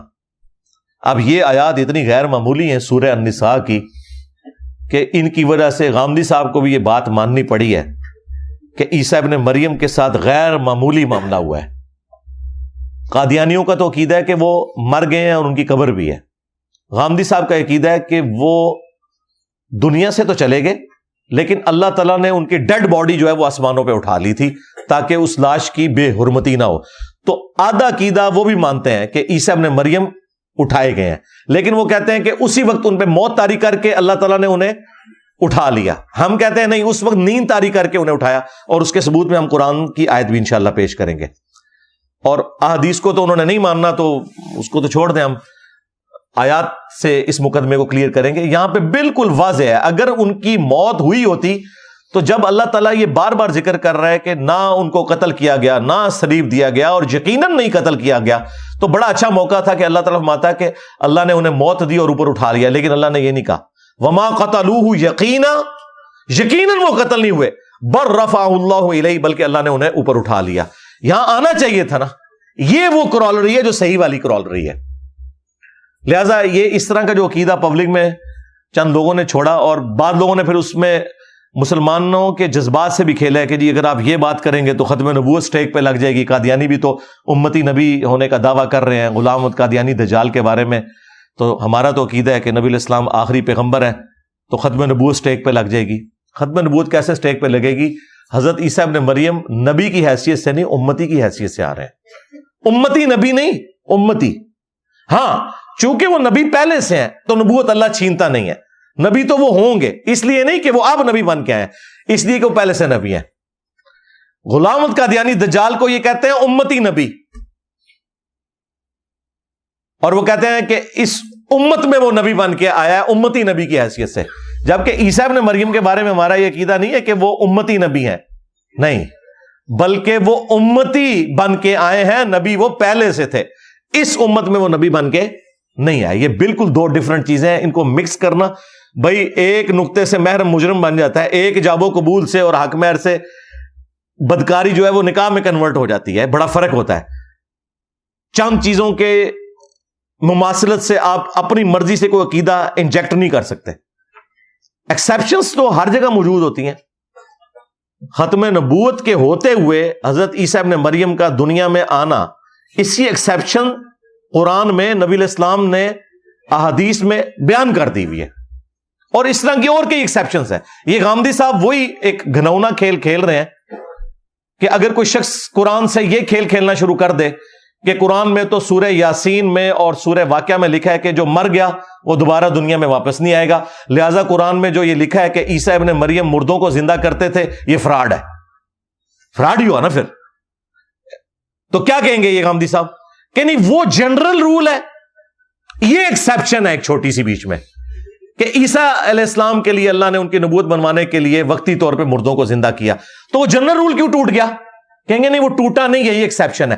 سرکار عیسیٰ ابن مریم کے آنے سے بھی یہ وہ ایکسیپشن ہے جس سے ختم نبوت پہ فرق نہیں پڑتا۔ اس طرح تو قرآن میں اور کئی مثالیں موجود ہیں کہ اگر آپ پک اینڈ چوز کرنا شروع کر دیں گے تو پھر ہم یہ ایکسیپشنز والا جو معاملہ ہے نا، اس کو یکلخت نگلیکٹ کریں گے۔ تو یہ ایکسیپشنز والا معاملہ آلریڈی قرآن پاک میں موجود ہے۔ اللہ تعالیٰ جنرل رول کے طور پہ ایک بات کرتا ہے، پھر اس میں ایکسیپشن بھی ہوتی ہے۔ دینی احکامات میں بھی کئی جگہ یہ چیزیں مثال کے طور پہ موجود ہیں۔ اب یہ وہ مقام تھا جس میں واضح عقیدہ آ گیا۔ دوسرا مقام جو ہے وہ سورہ آل عمران کی آیت نمبر ہے 55،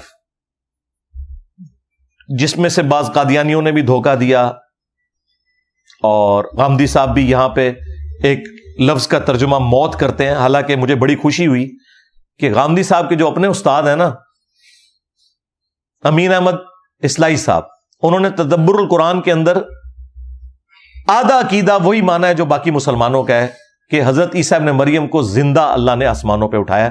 انہوں نے کہا کہ کوئی عربی کا قرینہ بنتا ہی نہیں ہے کہ یہاں پہ کوئی متوفی کا ترجمہ جو ہے وہ موت کرے، اور انہوں نے سورہ النساء کی آیات کو جوڑ کے کہا کہ بالکل جسے تھوڑی بھی عربی سے واقفیت ہے، جس میں تھوڑا سا بھی کامن سینس موجود ہے، وہ کبھی یہ رزلٹ نہیں نکالے گا کہ حضرت عیسیٰ علیہ السلام کو اللہ نے موت دے کے اپنے پاس اٹھایا، بلکہ زندہ ہی اٹھایا۔ تو مجھے بڑی خوشی ہوئی کہ غامدی صاحب کے جو استاد ہیں، جو کافی یعنی اچھی چیزیں ان سے ڈاکٹر اسرار صاحب نے سیکھی، اور کچھ جو اجماعی عقیدوں کے خلاف چیزیں تھیں وہ غامدی صاحب نے سیکھ لیں۔ بہرحال اس معاملے میں غامدی صاحب والا ان کا عقیدہ نہیں ہے۔ اذ قال اللہ یا عیسیٰ، اور یاد کرو وہ وقت جب اللہ تعالیٰ نے فرمایا اے عیسیٰ، انی متوفیک، بے شک میں تجھے متوفی کروں گا۔ اب میں اس کا ترجمہ نہیں کر رہا، بلکہ میں ایسے متوفی۔ اب متوفی کن کن معنوں میں آتا ہے وہ میں بعد میں قرآن سے ڈسکس کروں گا۔ انی متوفی کا، بے شک میں تمہیں متوفی کروں گا، اور ہم اس کا ترجمہ اس طرح کرتے ہیں کہ میں تم پر نیند طاری کروں گا، وَرَافِعُكَ إِلَيَّ، اور پھر اپنے پاس اٹھا لوں گا. اب اگلے الفاظ وہی ہیں، اٹھا لوں گا.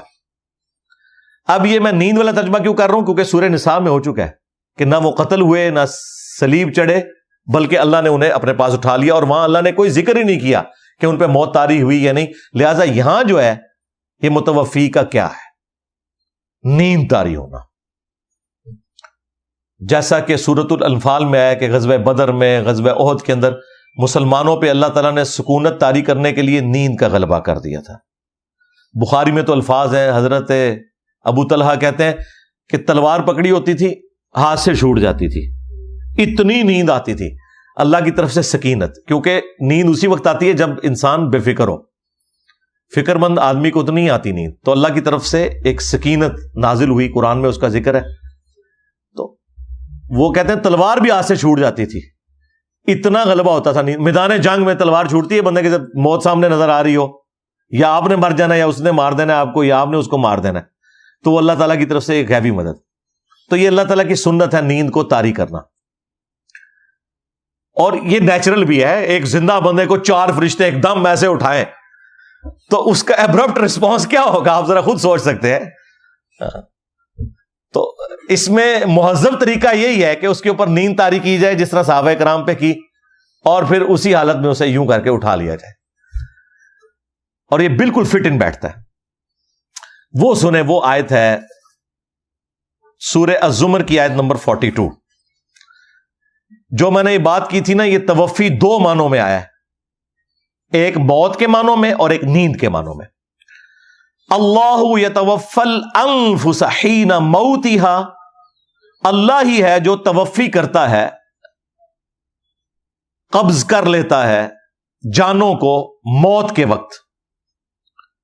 واللتی لم تمت فی منامها، اور جن کی ابھی موت کا وقت نہیں آیا ہوتا تو نیند کی حالت میں اللہ تعالی ان کی جان کو قبض کر لیتا ہے. تو 2 توفی قرآن میں آ گئے. یہ میں قرآن سے بات کر رہا ہوں، بخاری مسلم تک نہیں گیا. اللہ تعالیٰ کہتا ہے ایک توفی ہے موت کے وقت اور ایک توفی ہے نیند کے وقت. اسی کو سپورٹیو حدیث ہے بخاری اور مسلم کی کہ نبی علیہ السلام جب رات کو سوتے تو کیا دعا مانگتے؟ اللہم باسمک اموت و احیا. بسمک اموت و احیا بھی پڑھ سکتے ہیں، باسمک اموت و احیا.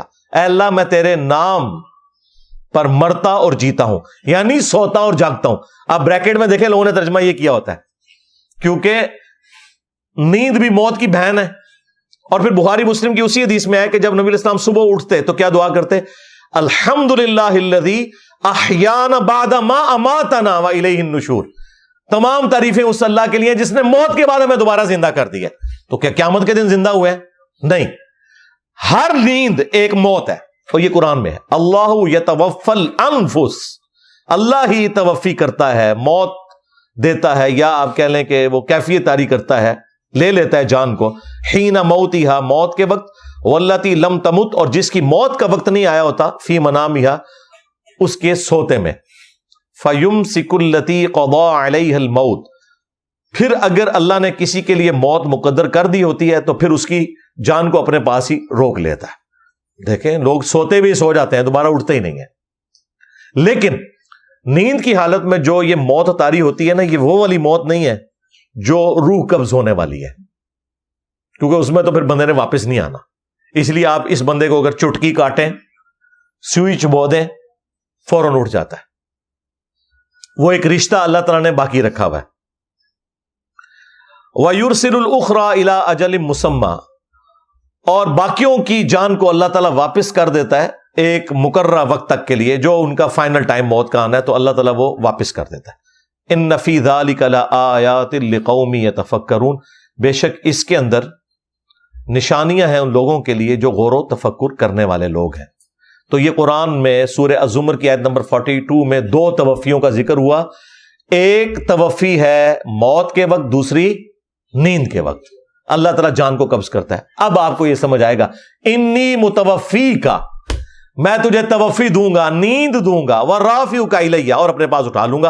اور یہ ترجمہ کیوں کرنا پڑ رہا ہے؟ کیونکہ دوسری جگہ میں سورہ النساء کے اندر کتنی واضح آیات ہیں. اللہ تعالیٰ فرما رہا ہے وما قتلوه وما صلبوه ولكن شبه لهم، اور پھر بعد میں وما قتلوه یقینا بل رفعه اللہ الیہ، بلکہ اللہ تعالیٰ نے ان کو اپنے پاس اٹھا لیا۔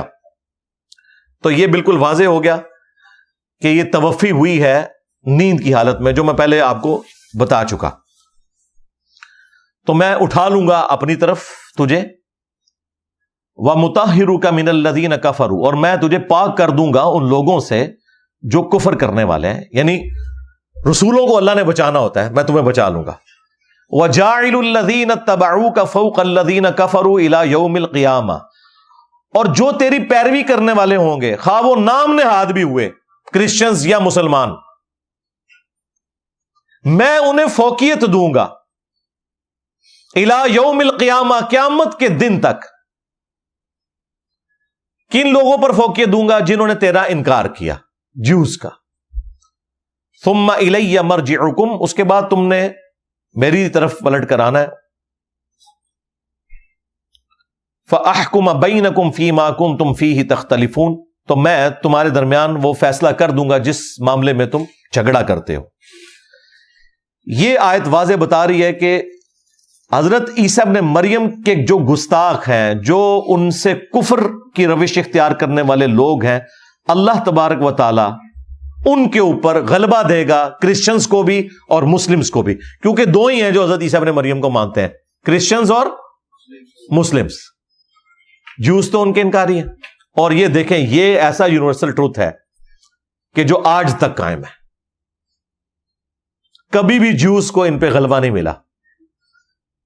پہلے کرسچنز کے اوپر غالب رہے، ٹائٹس نے حملہ کیا، اور یہ آخری بھی جو ہٹلر بھی تھا یہ بھی کرسچن ہی تھا، اور مسلمانوں کے پاس تو یہ بیت المقدس و یہ سارا معاملہ رہا، ہمیشہ غلبہ رہا۔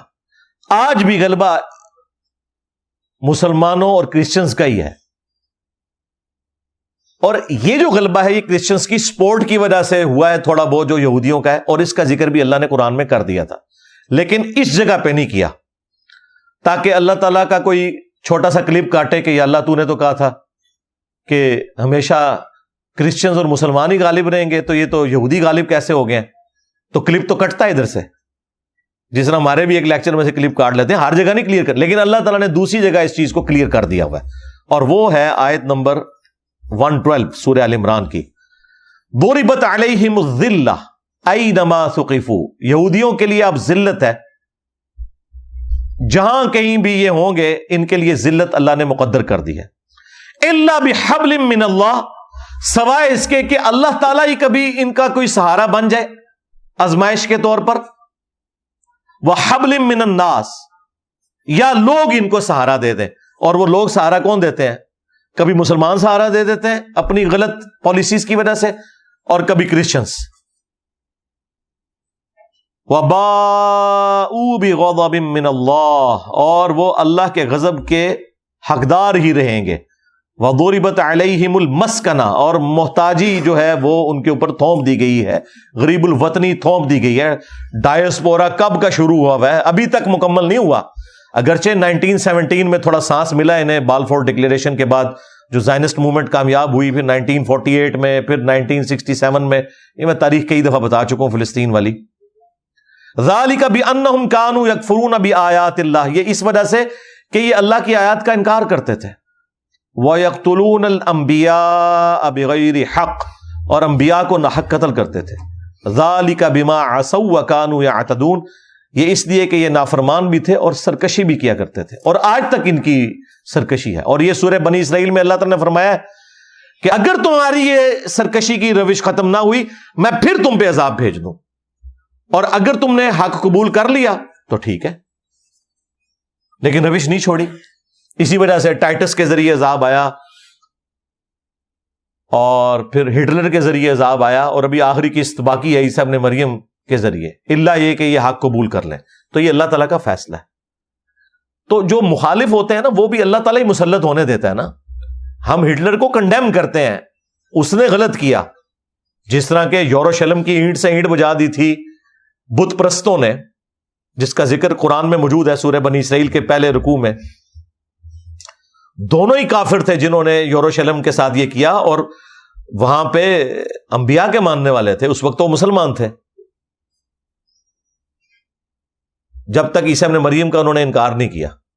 لیکن پھر اللہ تعالیٰ نے ان کے اوپر یہ عذاب کا کوڑا، اور اللہ نے کافروں کو کہا کہ ہم نے اپنے بندے مسلط کیے، حالانکہ وہ کافر تھے. لیکن اللہ تعالیٰ عذاب اسی طریقے سے کرتا ہے نا. مسلمانوں کے اوپر بھی یہ تکلیف آئی ہے، پھر رومنس کے ذریعے بھی آئی، یعنی کلونین پاورز کے ذریعے بھی آئی ہے، اور تاتاریوں کے ذریعے بھی آئی ہے. یہاں پہ بھی 2 عذاب کے کوڑے پڑے ہیں مسلمانوں کے اوپر. بہرحال یہ وہ عقیدہ تھا جو حیات مسیح اور نزول مسیح سے متعلق تھا.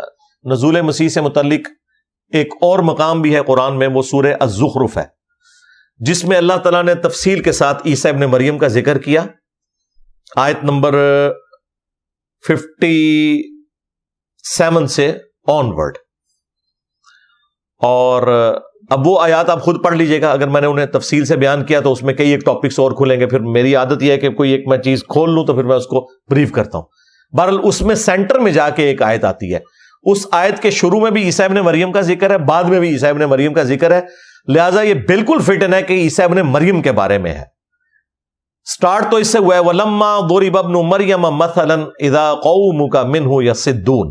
یہاں سے آنورڈ چلتے ہوئے عیسیٰ ابن مریم کی اللہ نے تعریف بیان کی ہے، جو ان کے بارے میں غلط عقائد تھے اس کا رد کرتے ہوئے اللہ تعالیٰ نے فرمایا وَإِنَّهُ لَعِلْمٌ لِلسَّاعَةِ، اور بے شک عیسیٰ جو ہیں وہ قیامت کی خبر ہے. یہ ہو کی ضمیر ظاہر ہے عیسیٰ ابن مریم کی طرف جاری ہے جن کا ذکر ہے.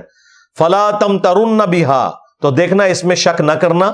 وَاتَّبِعُونَ، اور میرے پیروکار بننا. هَذَا صِرَاطٌ مستقیم، یہی ہے سیدھا راستہ. پھر اس کے بعد پھر عیسیٰ ابن مریم کا ذکر ہوا ہے. لہٰذا یہ کسی اور شخصیت کے بارے میں نہیں، عیسیٰ ابن مریم کے بارے میں. بعض لوگ جو نہیں ماننا چاہتے وہ کہتے ہیں نبی الاسلام کا ذکر، نبی الاسلام کا ذکر اس میں کہیں نہیں ہے.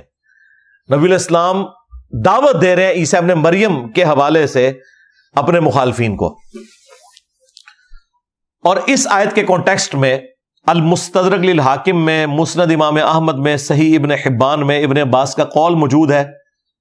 قول بھی ہے اور نبی الاسلام سے مرفوع انہوں نے روایت بھی کی ہے کہ نبی صلی اللہ علیہ وآلہ وسلم نے فرمایا کہ یہ جو آیت ہے وَإِنَّهُ لَعِلْمٌ لِلسَّاعَةِ، کہ بے شک عیسیٰ ابن مریم جو ہیں یہ قیامت کی خبر ہیں. یہ عیسیٰ ابن مریم کے دوبارہ دنیا میں آنے سے متعلق ہے. یہ حدیث میں بھی آ گیا اس کے کانٹیکسٹ میں. اس آیت کی تشریح میں نے حدیث سے بھی بیان کر دی.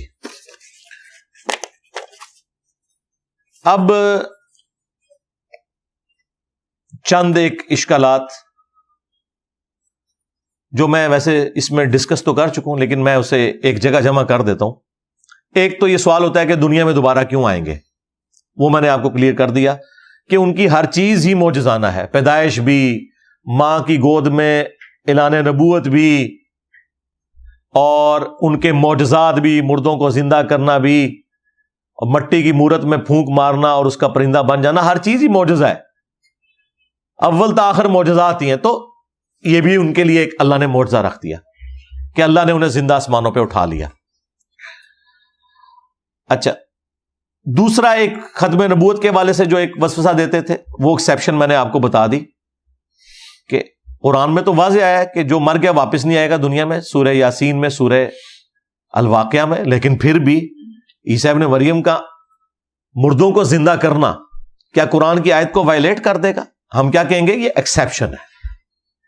بھئی ختم نبوت ہو چکی ہے، اس کے باوجود ابو داؤد میں، حاکم میں حدیث ہے، مشکات میں بھی، کہ ہر 100 سال میں ایک مجدد آئے گا جو دین کی تجدید کرے گا.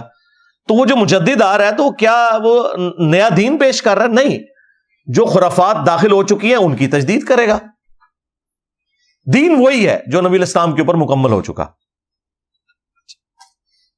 اور ایک اور چیز وہ کہتے ہیں کہ جی آنے کا مقصد کیا ہے، وہ بھی میں نے آپ کو بتا دیا کہ یہودیوں پر عذاب کا آخری کوڑا آنا ہے بسبب اس کے کہ انہوں نے ابھی تک اپنی وہ روش نہیں چھوڑی. اچھا، یہاں پہ ایک اور چیز بھی جو میں نے سورہ آل عمران کی آیت نمبر 55 کے کانٹیکسٹ میں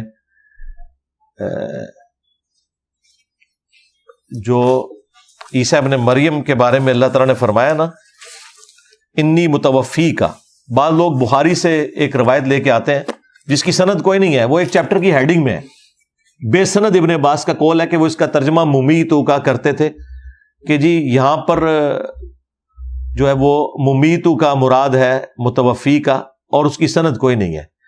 یہ جتنے منکرین حدیث ہیں ان کا مسئلہ یہ ہے کہ انہیں آپ قرآن بخاری مسلم سے بھی کوئی چیز پیش کریں یہ انکار کر دیں گے، اور اپنے مطلب کی چیز کوئی بے سند بھی روایت آئے گی نا، وہ جو ان کے کسی بڑے نے گھڑی ہوگی، ٹھیک ہے نا، اس کو لا کے پیش کر رہے ہوں گے۔ یہ ان کا وتیرہ ہے، کیونکہ یہ اصل میں حق بات کو قبول نہیں کرنا چاہتے ہیں، پتہ ہوتا ہے ان کو، وَأَنْتُمْ تَعْلَمُونَ، جس طرح یہودی علماء کو بھی پتا تھا کہ وہ کیا کر رہے ہیں، کہ ان کی کتابوں میں پروفیسیز موجود ہیں، نہیں مانا انہوں نے۔ تو یہ کہنا کہ ابن عباس نے کہا کہ ابن عباس سے، تو وہ ثابت ہی نہیں بھائی۔ یہ معاملہ اس حوالے سے کلیئر ہو گیا۔ اور ایک اور چیز جو قادیانی پیش کرتے ہیں کہ عیسیٰ ابن مریم اور امام مہدی ایک ہی پرسنالٹی کے دو نام ہیں، تو یہ بالکل غلط ہے۔ اس حوالے سے جو ابن ماجہ کی روایت پیش کی جاتی ہے بالکل جعلی روایت ہے، کسی محدث نے اس روایت کو ایکسیپٹ نہیں کیا کہ عیسیٰ ابن مریم ہی مہدی ہیں۔ اور اگر اس کو روایت کو کسی نے صحیح بھی ماننا ہے تو ان معنوں میں ہے کہ مہدی تو وہ ہے، ہر اللہ کا پیغمبر مہدی ہوتا ہے، وہ امام مہدی جو ہے وہ الگ سے ایک پرسنالٹی ہے، عیسیٰ ابن مریم الگ سے ایک پرسنالٹی ہے۔ امام مہدی دنیا پہ اسلام کا غلبہ کریں گے، لیکن جب دجال آئے گا نا، وہ فتنہ اتنا بڑا ہے کہ وہ امام مہدی کے قابو نہیں آئے گا، اس کے لیے پھر بڑی پرسنالٹی چاہیے، پھر عیسیٰ ابن مریم اتریں گے اور پھر لیڈرشپ ان کے حوالے ہو جائے گی، اور پھر وہ عادل حکمران ہوں گے، وہی 40 سال تک رہیں گے۔ اس سے متعلق اب جو احادیث ہیں وہ میں بیان کر دیتا ہوں۔ 12 احادیث۔ پہلی حدیث بخاری اور مسلم دونوں میں موجود ہے، جو میں نے پہلے بھی بیان کی۔ قسم ہے اس ذات کی جس کے قبضے قدرت میں میری جان ہے، عیسیٰ ابن مریم تم میں عادل حکمران کی حیثیت سے اتریں گے، صلیب کو توڑ دیں گے، خنزیر کو قتل کر دیں گے، جزیہ موقوف کر دیں گے، یعنی سب کے سب لوگ اسلام قبول کر لیں گے۔ اور پھر حضرت ابو ہریرہ قرآن کی آیت پڑھتے تھے سورۃ النساء کی کہ اہل کتاب میں سے کوئی نہیں بچے گا مگر یہ کہ ان کی موت سے پہلے ان پر ایمان لے آئے گا۔ دوسری حدیث بھی بخاری اور مسلم دونوں میں ہے، تمہاری اس وقت کیا شان ہوگی جب عیسیٰ ابن مریم تم میں اتریں گے اور تمہارا امام تم میں سے ہوگا۔ اور اس کی تفصیل اگلی حدیث میں ہے مسلم شریف کی۔ نبی علیہ السلام نے فرمایا میری امت کا ایک گروہ قیامت تک حق کے لیے قتال کرتا رہے گا حتیٰ کہ عیسیٰ ابن مریم اتریں گے اور مسلمانوں کا امیر انہیں کہے گا، اور یہ ہوگا شام کی سرزمین کے اندر، بیت المقدس میں ہی۔ یہ فائنل سب کچھ وہیں پہ جمع ہونا ہے۔ آپ تو دیکھیں اس ٹائم پوری دنیا ہی بیت المقدس اور شام کو ہی ڈسکس کر رہی ہے اس وقت۔ تو شام میں بیت المقدس میں اتریں گے تو مسلمانوں کا امیر انہیں کہے گا کہ آپ ہمیں نماز پڑھائیں، آپ پیغمبر ہیں۔ تو وہ کہیں گے کہ یہ اللہ نے تمہیں سعادت دی ہے کہ تم میں سے بعض کے امام ہوتے ہیں۔ تو عیسیٰ ابن مریم مسلمانوں کے اس حکمران، اس امیر یعنی امام محمد مہدی کے پیچھے نماز پڑھیں گے۔ چوتھی حدیث صحیح مسلم میں ہے، اس میں بھی شام کی اس جہاد کا ذکر ہے، اور اس میں الفاظ یہ ہیں کہ عیسیٰ ابن مریم جو ہے وہ جب نازل ہوں گے وہاں پہ دجال کو قتل کریں گے اور باقی ساری چیزیں، اور اس میں یہ ہے کہ مسلمانوں کا امیر ان کو دعوت دے گا اور وہ مسلمانوں کی امامت کروائیں گے۔ اس حدیث سے یہ پتا چلا کہ عیسیٰ ابن مریم بھی مسلمانوں کی امامت کریں گے۔ بعض محدثین نے کہا کہ امامت کریں گے سے مراد یہ ہے کہ وہ مسلمانوں کے امیر ہوں گے اور ان کی اجازت سے امام مہدی نماز پڑھائیں گے، اور بعض نے کہا کہ نہیں وہ خود پڑھائیں گے کیونکہ اس میں الفاظ ہیں کہ وہ امامت کریں گے۔ تو عیسیٰ ابن مریم بھی بعد میں نمازیں پڑھائیں گے، اوورآل امارت ان کے سپرد ہو جائے گی۔ پانچویں حدیث کہ نبی علیہ السلام نے فرمایا کہ قیامت کی 10 نشانیاں ہیں، ان میں سے دجال کا آنا بھی ہے، مغرب سے سورج کا نکلنا بھی ہے۔ پانچویں نشانی جو بیان فرمائی وَنُزُولِ عِیسیٰ ابن مریم صلی اللہ علیہ وسلم، اور عیسیٰ ابن مریم صلی اللہ علیہ وسلم نزول کریں گے۔ یہاں پہ نبی صلی اللہ علیہ وآلہ وسلم نے عیسیٰ کے نام کے ساتھ خود کہا صلی اللہ علیہ وسلم، لہذا یہ درود شریف محدثین نے نہیں گھڑا بلکہ نبی علیہ السلام نے خود تعلیم فرمایا۔ چھٹی حدیث جو ہے نا مسلم شریف کی، یہ بڑی تفصیلی حدیث ہے، سب سے زیادہ تفصیلی حدیث یہی والی ہے مسلم شریف کی 7373 نمبر حدیث، جس میں ہے کہ دو زرد چادریں اوڑے ہوئے عیسیٰ ابن مریم دمشق کے مشرقی مینار کے پاس اتریں گے دو فرشتوں کے سہارے، اور پھر وہ دجال کو قتل کریں گے۔ دجال ان کے سانس کی وجہ سے پگھلے گا مقام میں لد کے اوپر، جہاں پہ اسرائیل نے بہت بڑا ایئرپورٹ بنا لیا ہوا ہے، وہیں پہ وہ دجال کو قتل کریں گے۔ ہو سکتا ہے بھاگ رہا ہو وہاں سے کوئی طیارہ لے کے اپنا، تو عیسیٰ ابن مریم پیچھے سے پہنچ جائیں۔ بہرحال وہ لد پہ بہت بڑا ایئرپورٹ ہے، سب سے زیادہ مصروف ایئرپورٹ جو ہے نا وہ لد گاؤں میں ہے۔ وہ تو خیر اب گاؤں کیا، اب تو بہت بڑا سٹی بن چکا ہے۔ وہاں پہ وہ اس کو قتل کر دیں گے۔ یہ حدیث، اس میں پھر یاجوج ماجوج کا بھی ذکر ہے کہ اس کے بعد یاجوج ماجوج کا فتنہ ظاہر ہوگا، پھر وہ حضرت عیسیٰ ابن مریم کی دعا سے اللہ تعالیٰ انہیں ہلاک کرے گا ایک بیماری میں مبتلا کر کے، ان کی گردنوں میں کیڑے، کوئی وائرسز یا کوئی ایسا معاملہ ہوگا، بہرحال وہ ہلاک ہو جائیں گے، اور اس کے بعد پھر اسلام کا غلبہ ہوگا، اسی حدیث میں آتا ہے۔ اور پھر عیسیٰ ابن مریم دنیا سے چلے جائیں گے، پھر دوبارہ سے کفر کی طرف انسانیت لوٹ جائے گی، حتیٰ کہ ایک خوشبودار ہوا چلے گی، سارے مسلمانوں کو اللہ تعالیٰ اپنے پاس بلا لے گا، صرف کافر دنیا میں رہ جائیں گے جو اعلانیہ بدکاری کریں گے جانوروں کی طرح، اور پھر اللہ تعالیٰ سب کے اوپر قیامت کو طاری کر دے گا۔ یہ وہ تفصیلی حدیث ہے، وہ آپ خود پڑھ لیجئے گا، جس سے شوق ہے نا۔ مسلم شریف میں سب سے زیادہ تفصیلی احادیث ہیں قرب قیامت کی، جو اینڈ آف ٹائم کے پوائنٹ آف ویو سے ہیں، چاہے وہ نزول عیسیٰ سے متعلق ہوں، چاہے وہ دجال سے متعلق ہوں۔ آلموسٹ 140 احادیث ہیں صرف اسی ٹاپک پہ، اور مسلم شریف، بخاری شریف اور باقی حدیث کی کتابوں کے کمبائنڈ نوٹس مشکات کے اندر آپ کو آلموسٹ 60 کے قریب احادیث مل جائیں گی آخری چیپٹر کے اندر۔ جو ڈبلنگ ہے وہ انہوں نے چھوڑ دی، اس وجہ سے وہ تعداد کم ہے، ادروائز وہ مسلم شریف سے بھی زیادہ ڈیٹیلڈ چیپٹر ہے اس حوالے سے، کیونکہ باقی بخاری سے بھی، ابن ماجہ سے بھی، ابو داؤد سے بھی روایتیں اس میں موجود ہیں۔ وہ 2 چیپٹر جو ہیں وہ آپ پڑھ لیں خود، PDF ہماری ویب سائٹ سے ڈاؤن لوڈ کر لیں، صحیح مسلم کے چیپٹر اور مشکات المصابیح کا، تو آپ کو ساری احادیث مل جائیں گی۔ 7ویں حدیث وہ بھی صحیح مسلم کے اندر ہے کہ جب دجال دنیا میں اترے گا تو وہ پھر 40 دن تک رہے گا۔ ویسے راوی کہتے ہیں، مجھے یاد نہیں کہ وہ 40 سال ہے یا 40، باقی روایتوں میں 40 دن کا ذکر ہے۔ اس میں سے پہلا دن 1 سال کا ہوگا، دوسرا دن جو ہے وہ 1 مہینے کا، تیسرا 1 ہفتے کا، اور پھر نارمل دن ہوں گے۔ صحابہ نے کہا کہ ہم نمازوں کا کیا کریں گے؟ آپ نے فرمایا اندازہ مقرر کر لینا، یعنی وہی ٹائم ٹیبل جو اس وقت نارتھ اور ساؤتھ پول پہ بھی ٹائم ٹیبل کے مطابق چلتے ہیں نا، تو وہ ہو جائے گا انشاءاللہ۔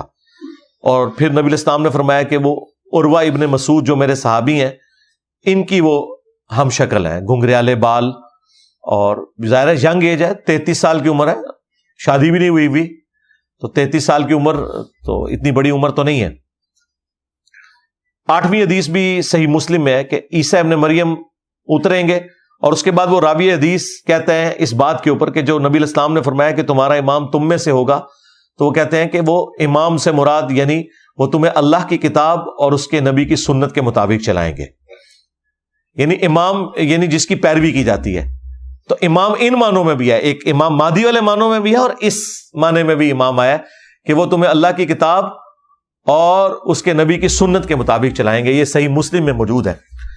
البتہ فقہ حنفی والوں نے، شیخ احمد سرندی نے، جسے یہ مجدد الافسانی کہتے ہیں، اس نے اپنے مکتوبات میں لکھا ہے کہ وہ فقہ حنفی کے مطابق عمل کریں گے۔ تو پھر انہیں شرم آئی، انہوں نے کہا نہیں، ان کا اجتہاد جو ہے نا وہ امام حنیفہ سے مل جائے گا۔ یار اندازہ کرو، یہ مطلب امام حنیفہ کے انڈر ہی دینا چاہتے ہیں حضرت عیسیٰ ابن مریم کو۔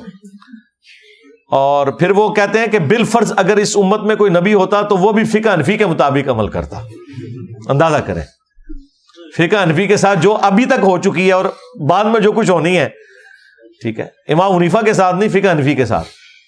تو اس طرح کے وہ، اس کی اپنی کریڈیبلٹی کیا ہے، اس نے خود اپنے آپ کو کہا میں 1000 سال کا مجدد ہوں۔ جب کسی نے کہا کوئی دلیل دیں تو اس نے کہا دلیل یہ ہے کہ جو فرق 100 اور 1000 میں ہوتا ہے نا، وہی 100 سال کے مجدد اور 1000 سال کے مجدد میں ہوتا ہے۔ بھائی 100 سال کے مجدد کا ذکر تو ابو داؤد میں، حاکم میں موجود تھا، 1000 سال کا مجدد تو کہیں ذکر نہیں ہوا، خود سے کلیم کر دیا۔ اور پھر اس بندے نے یہاں پہ اپنی زبان نہیں روکی، پھر اس نے کہا کہ میں اللہ سے امید کرتا ہوں کہ جو اللہ نے مجھے کمالات دیے ہیں نا, اس کا بہت سا حصہ امام مہدی کو بھی اللہ تعالیٰ دے دے گا. یعنی وہ کہتا ہے مہدی تو شاہی کوئی نہیں. ہاں, اور یہ وہ ہیں جس کو دیوبندی, بریلوی اور بعض اہل حدیث بھی مجدد الافسانی کہتے ہیں. 1000 سال کا مجدد. ہمارے استاد ڈاکٹر اسرار صاحب بھی ایک طرف بچارے کہتے ہیں میں اختلافی موضوعات پہ امی ہوں, اور دوسری طرف وہ اختلافی موضوعات کے اوپر یہ کچھ بھی کر جاتے تھے. وہ بھی ان کی وہ بڑی تعریف بیان کرتے ہیں. یہ کچھ انہوں نے کیا ہوا ہے, اور یہ ان کے اپنے مکتوبات ہیں, ان کے ماننے والوں نے چھاپے ہوئے ہیں. یہ میں نے نہیں ان کی طرف منسوب کیے. اس بندے کے آپ دعوے دیکھیں. اور مسلم شریف اگر اس نے پڑھی ہوتی تو کبھی جرت نہ کرتا, وہ یہی کہتا کہ کتاب اللہ اور سنت کے مطابق چلائیں گے. 9ویں حدیث سنن نسائی کے اندر موجود ہے. یہ بڑی مشہور حدیث ہے غزوہ ہند والی, کہ 2 طرح کے گروہ ہیں جن کو اللہ تعالیٰ نے نجات دے دی ہے. ایک وہ جو ہند میں جہاد کریں گے.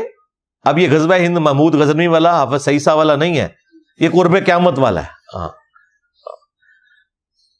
اور کیونکہ قرب قیامت میں یہ ہونا ہے جب دجال کا ظہور ہوگا, اس سے ایڈجسٹنٹ پہلے. اور دوسرا جو عیسیٰ ابن مریم کے ساتھی ہوں گے, ان کو بھی اللہ تعالیٰ نے نجات دے دی ہے. یہ حدیث سنن نسائی میں موجود ہے. 10ویں حدیث سنن ابن ماجہ میں ہے اور مسند احمد کے اندر ہے کہ نبی علیہ السلام کہتے ہیں معراج کی رات جب میری ملاقات ہوئی حضرت ابراہیم علیہ السلام سے, موسیٰ علیہ السلام سے, تو میں نے دونوں سے قیامت کے متعلق ڈسکشن کی کہ قیامت کے بارے میں مجھے بتائیں کہ کب آئے گی. تو دونوں نے کہا کہ ہمیں کچھ علم نہیں ہے, آپ عیسیٰ ابن مریم سے پوچھیں. تو کہتے ہیں جب عیسیٰ ابن مریم سے میری ملاقات ہوئی تو عیسیٰ ابن مریم نے مجھ سے کہا کہ قیامت کا تو مجھے نہیں پتا کب آئے گی, البتہ جب قیامت آنے والی ہوگی تو اس سے پہلے میں دنیا میں نازل ہوں گا اور دجال کو قتل کروں گا. اور وہ سارا جو تفصیل ہے وہ اس کے اندر موجود ہے. یاجوج ماجوج کا بھی ذکر اس میں موجود ہے, وہ آپ حدیث پڑھ لیجئے گا. نمبر میں اس لیے بتا رہا ہوں, انشاءاللہ ہم امیجز بھی ڈسپلے کرا دیں گے تاکہ یہ کوئی نہ کہے کہ جی مجھے پتہ نہیں چلا, میں خود پڑھ لیتا, تو آپ پڑھ لیجئے گا. 11 نمبر حدیث سنن نبی داؤد میں ہے اور مسند احمد کے اندر بھی موجود ہے. نبی علیہ السلام نے فرمایا کہ تمام انبیاء جو ہیں وہ آپس میں بھائی ہیں, لیکن عیسیٰ ابن مریم اور میرے درمیان کوئی اور نبی نہیں ہے, ان کے ساتھ تو میرا خاص رشتہ ہے کیونکہ یہ فترت کا پیریڈ ہے, یعنی ہمارے درمیان کوئی اور پیغمبر نہیں آیا. پھر نبی علیہ السلام نے کہا کہ عیسیٰ ابن مریم قرب قیامت میں نازل ہوں گے, دجال کو قتل کر دیں گے, صلیب توڑ دیں گے, وہی سارے الفاظ جو بخاری مسلم میں آئے. اس میں آگے الفاظ ہیں کہ وہ 40 سال تک دنیا میں رہیں گے, اور پھر اینڈ پہ مسلمان ان کا جنازہ پڑھ کے انہیں دفنائیں گے. لیکن یہ نہیں اس میں موجود کہ کہاں پہ دفنائیں گے. وہ آخری حدیث 12 نمبر جو ترمذی میں موجود ہے اور مشکات کے اندر, عبداللہ ابن سلام جو ایک یہودی تھے اور بعد میں مسلمان ہوئے, یہودی عالم تھے اور صحابی بنے, وہ کہتے ہیں کہ تورات میں جو محمد صلی اللہ علیہ وآلہ وسلم کے بارے میں تعریفیں لکھی ہیں ان میں سے ایک یہ ہے کہ عیسیٰ ابن مریم جب دنیا میں دوبارہ آئیں گے تو وہ فوت ہونے کے بعد محمد صلی اللہ علیہ وآلہ وسلم کی قبر عطر کے ساتھ دفنائے جائیں گے. یہ ترمذی کے الفاظ ہیں.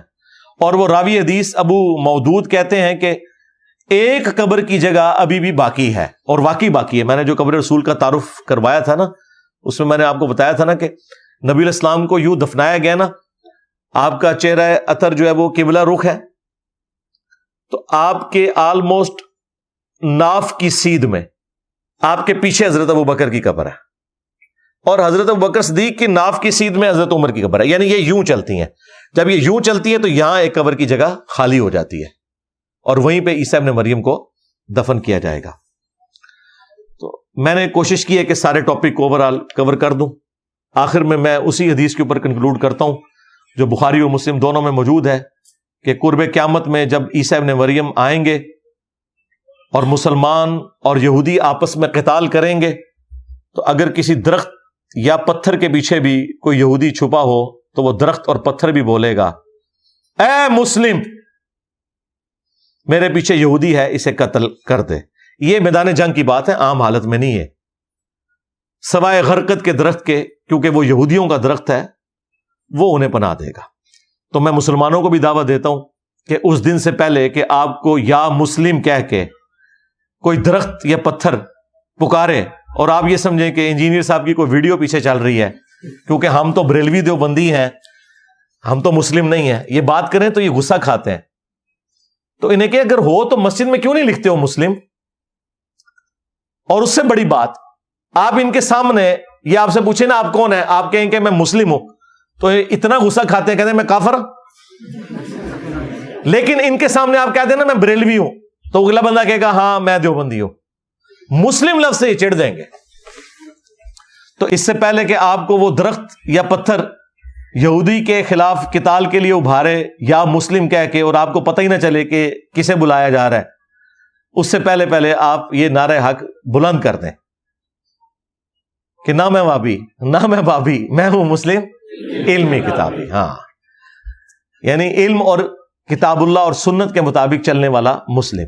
یہ کوئی فرقے کا نام نہیں ہے اور اس کی بنیاد پہ جو یہ اس طرح کا ہنگامہ کھڑا کرتے ہیں. بھائی فرقوں کی چندہ بک ہوتی ہے، مدارس ہوتے ہیں، ان کے بابے ہوتے ہیں.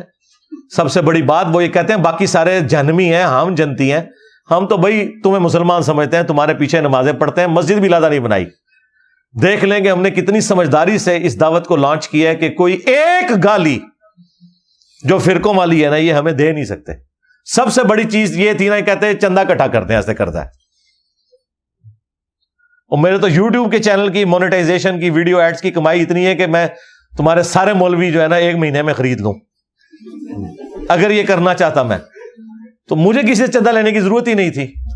میں نے وہ ویڈیو ایڈز آن نہیں کیے میں، تو تم لوگوں کے چندوں کا کیا لینا دینا.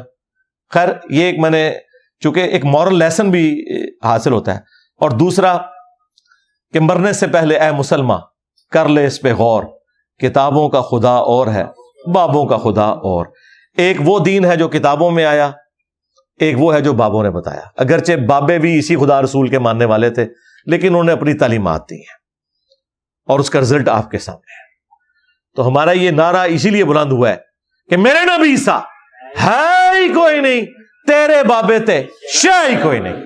صلو علی محمد وآل محمد، اللہم صلی علی محمد وعلی آل محمد واصحاب محمد وازواج محمد وامت محمد اجمعین الی یوم الدین آمین. اللہم انی اسألک بانک انت اللہ لا الہ الا انت الاحد الصمد الذی لم یلد ولم یولد ولم یکن له کفوا احد وإلہکم الہ واحد لا الہ الا هو الرحمن الرحیم. الف لام میم. اللہ لا الہ الا هو الحی القیوم. اللہم صلی علی محمد وعلی آل محمد. اللہم ربنا آتنا فی الدنیا حسنہ وفی الآخرۃ حسنۃ وقنا عذاب النار. اللہم احسن عاقبتنا فی الامور کلہا واجرنا من خزی الدنیا وعذاب الآخرہ. ربنا هب لنا من ازواجنا وذریاتنا قرۃ اعین وجعلنا للمتقین اماما. اللہم احسن عاقبتنا فی الامور کلہا واجرنا من خزی الدنیا وعذاب الآخرہ. ربنا آتنا من لدنک رحمہ وہیئ لنا من امرنا رشدا. اللہم ربنا آتنا فی الدنیا حسنہ وفی الآخرۃ حسنۃ وقنا عذاب النار. اللہم اغفر لحینا ومیتنا وشاہدنا وغائبنا وصغیرنا وکبیرنا وذکرنا وانثانا. اللہم من احییتہ منا فاحیہ علی الاسلام ومن توفیتہ منا فتوفہ علی الایمان. اے اللہ جن جن بھلائیوں کا سوال تیرے محبوب صلی اللہ علیہ وآلہ وسلم نے تجھ سے کیا، ہمارے حق میں، ہمارے ماں باپ کے حق میں، بیوی بچوں کے حق میں، پوری امت کے حق میں قبول و منظور فرما. جن جن چیزوں کے شر سے تیرے محبوب علیہ السلام نے تیری پناہ طلب کی، تمام مسلمانوں کو ان چیزوں کے شر سے اپنی پناہ عطا فرما. خصوصاً فلسطین، کشمیر، انڈیا، چائنا، یمن، عراق، شام، افغانستان، جہاں کہیں بھی مسلمان کس پرسی کی زندگی گزار رہے ہیں، غیب سے ان کی عزت، آبرو، جان و مال کی حفاظت فرما. بالخصوص ہمارے فلسطین کے مسلمانوں پر رحم و کرم فرما. اے اللہ انہیں ان کے مخالفین یہود و نصارہ کے جو مظالم اٹھانے پڑ رہے ہیں، غیب سے ان کے لیے کوئی عزت والا معاملہ، ان کی مدد والا معاملہ فرما دے۔ ہمارے مسلمان حکمرانوں کو یہ غیرت دے اے اللہ کہ یہ اپنے مسلمان بھائیوں کی مدد کے لیے اپنا کردار ادا کر سکیں۔ اے اللہ حاضرین کے جو چھوٹے بڑے رشتہ دار فوت ہو چکے ان کی مغفرت فرما، جو بیمار ہیں انہیں شفا عطا فرما، اور جو زندہ ہیں انہیں مرنے سے پہلے اپنی قبر و آخرت کی تیاری کرنے کی توفیق عطا فرما۔ سبحان ربک رب العزت عما یصفون وسلام علی المرسلین والحمد للہ رب العالمین وصلی اللہ علی النبی الکریم وعلی آلہ واصحابہ اجمعین آمین۔